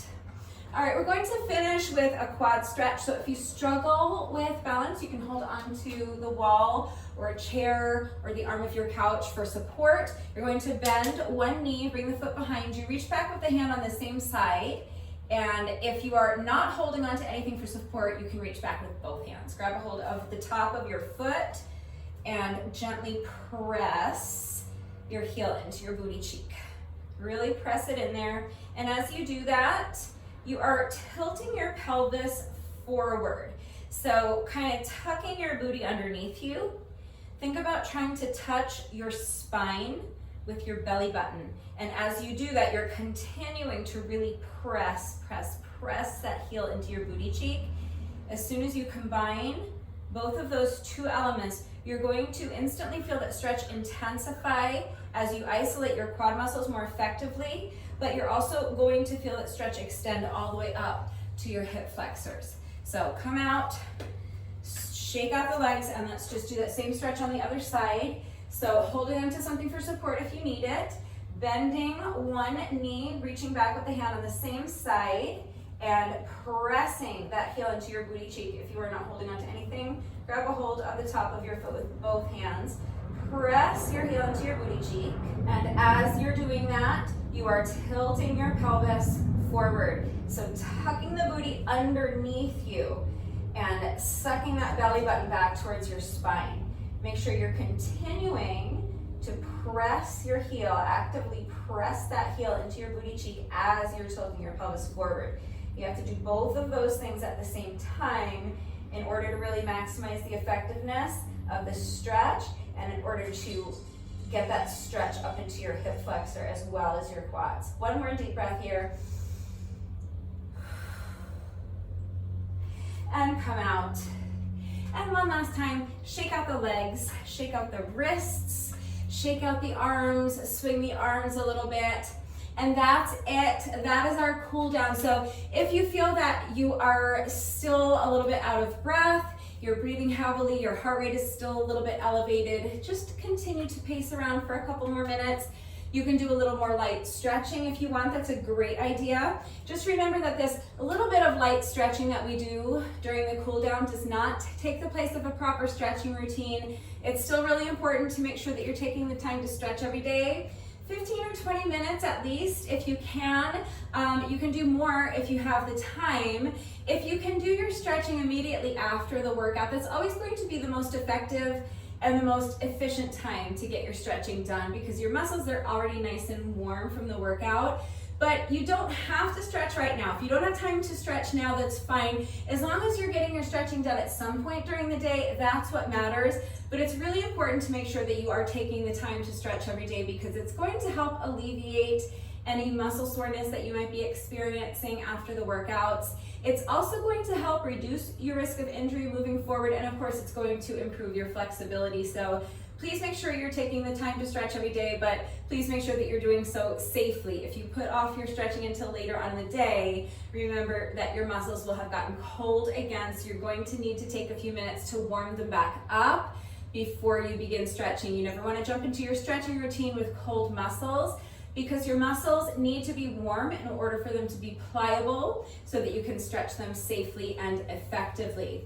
And now it is Mobility Monday, so that means that I found another mobility challenge on Instagram. I'm going to go grab my phone. We'll watch it together so that we understand the movement. All right, so I am watching the reel right now. I'm going to show you what I'm looking at so that we can watch it a few times together. Can you do the Kneesy Does It challenge? Where do they come up with the names for these things? Okay, so they're using a small medicine ball. I do not have a small medicine ball. So I'm going to improvise, but if you have a small medicine ball or something else about that size, that's all you really need.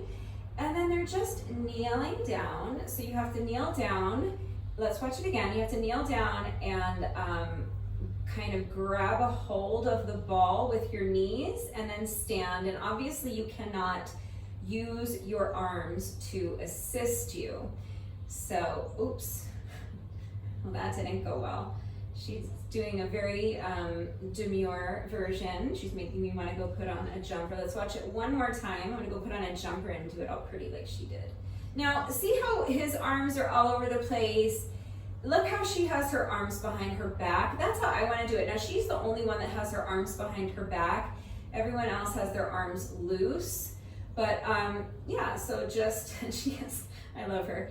Yeah, so just kneeling down, grabbing a hold of the ball with your knees, and standing. So it's pretty simple, but it looks kind of tricky, actually. So yeah, let's give it a shot and see what happens. Okay, so I don't have a small medicine ball, but I have this little box of tissues, which is about the same size. I also think you could probably use a roll of toilet paper for this, but I just wouldn't want to get a roll of toilet paper dirty, and the last time we did a challenge that involved a roll of toilet paper, I like had to wrap it all up because we're putting it down on the floor or the ground. So I think this is probably your best option. I think everybody has a box of tissues lying around, but anything that's lightweight and about this size I think will work. So I'm going to use a box of tissues. I'm also going to do this on my mat so that in case I lose my balance and fall over, I'm not going to bang my knees into the concrete. I'm hoping that doesn't happen, but I have my mat there just in case. So maybe a good idea to have a mat or something soft beneath you,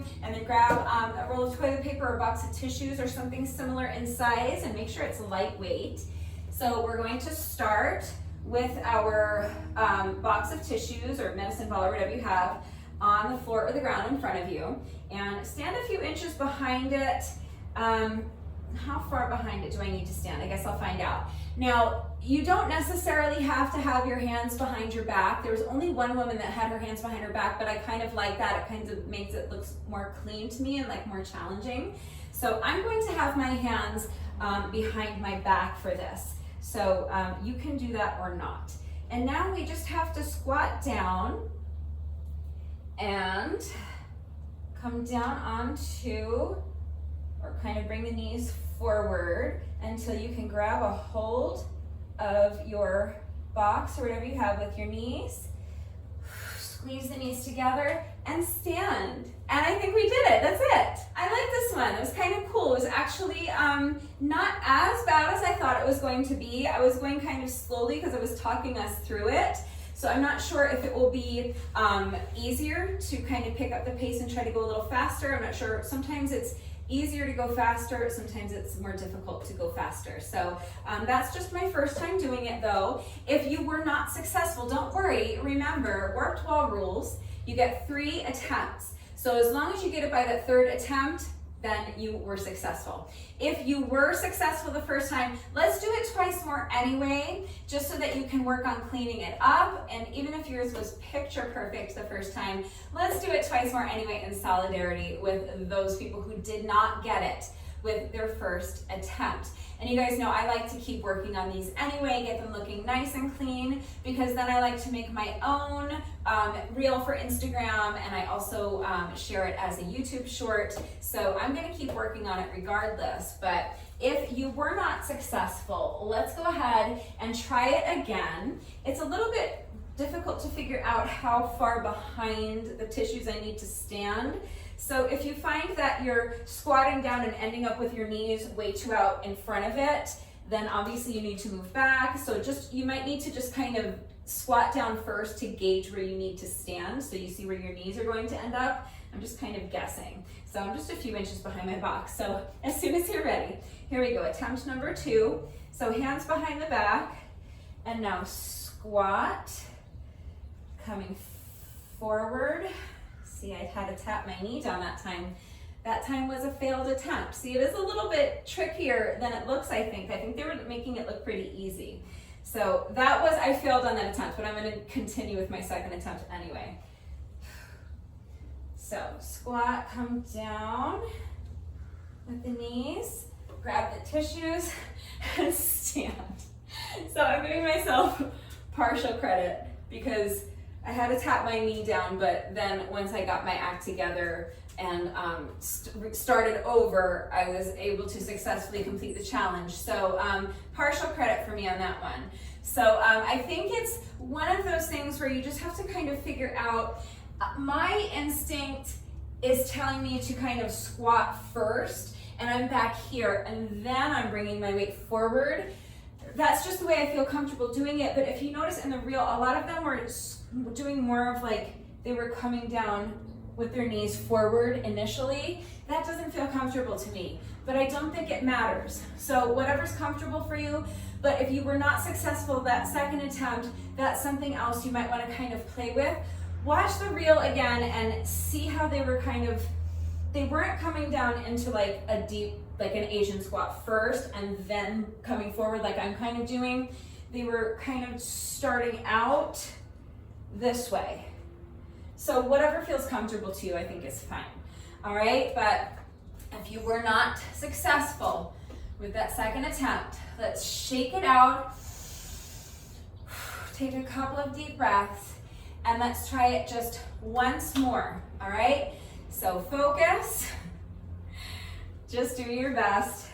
I mean, if you're unsuccessful on this third attempt, you can always just keep trying it anyway, of course, but let's try to get it this third time, all right? Third and final attempt, here we go. So standing a few inches behind my box of tissues, hands behind the back. Now squat, come forward onto the balls of your feet. Bring your knees forward. Grab a hold of your tissues in between your knees and stand, and that's it. We did it. So that was a fun one, actually. I thought it was fun. Testing a little bit of hip mobility, more so ankle mobility, and of course balance. I thought it was going to be pretty tricky, and then my first attempt went so smoothly. I thought, oh, it's a lot easier than I thought, but then I messed up my second attempt. So I think it is kind of a tricky one. I think though that with practice it will get better. So I'm going to keep practicing it so that again I can make a little YouTube short that I will share tomorrow, and I will share it as a reel on my Instagram page tomorrow as well. So follow me on Instagram if you are not following me already. But that's it. That is another successful Monday mobility challenge in the books. For me anyway. Let me know how you did with it. Let me know if you were successful or not. And if you did this workout with me today, thank you so much. Please let me know what you thought of it and how you did. Thank you to everyone who has been working out with me lately, and even if you're not doing the workouts with me, thank you for watching the videos. Thank you for liking and sharing the videos. Thank you so much for all of your wonderful and supportive and engaging comments. It truly does mean the world to me. Thank you to all of my new subscribers. If you are not subscribed already, please subscribe. And of course, a great big thank you to those of you who have been subscribed to my channel for years. Please know that I appreciate you all so very much. One final reminder that if anything was unclear about the format of today's workout and how everything fits together, how you can kind of mix and match the sections to customize the format. If you have any questions about the exercises that we were doing today, any doubts about how to do the exercises with the correct form, or if you need any help with beginner modifications, I'm always here to help, so please just ask. That is going to do it for today, but before I say goodbye, I just have to say one final thank you to those of you who have been watching the videos all the way until the end and commenting with the secret code phrase of the day. So before I say goodbye, I will give you today's secret code phrase of the day. It is, because paper has more patience than people. A little alliteration with our secret code phrase of the day today, because paper has more patience than people. So if you are still watching this video, hello, thank you for watching all the way until the end. Please let me know that someone is still watching by going down to the comment section and leaving me a comment that says, because paper has more patience than people. That is going to do it for today. I will see you all next time. Bye.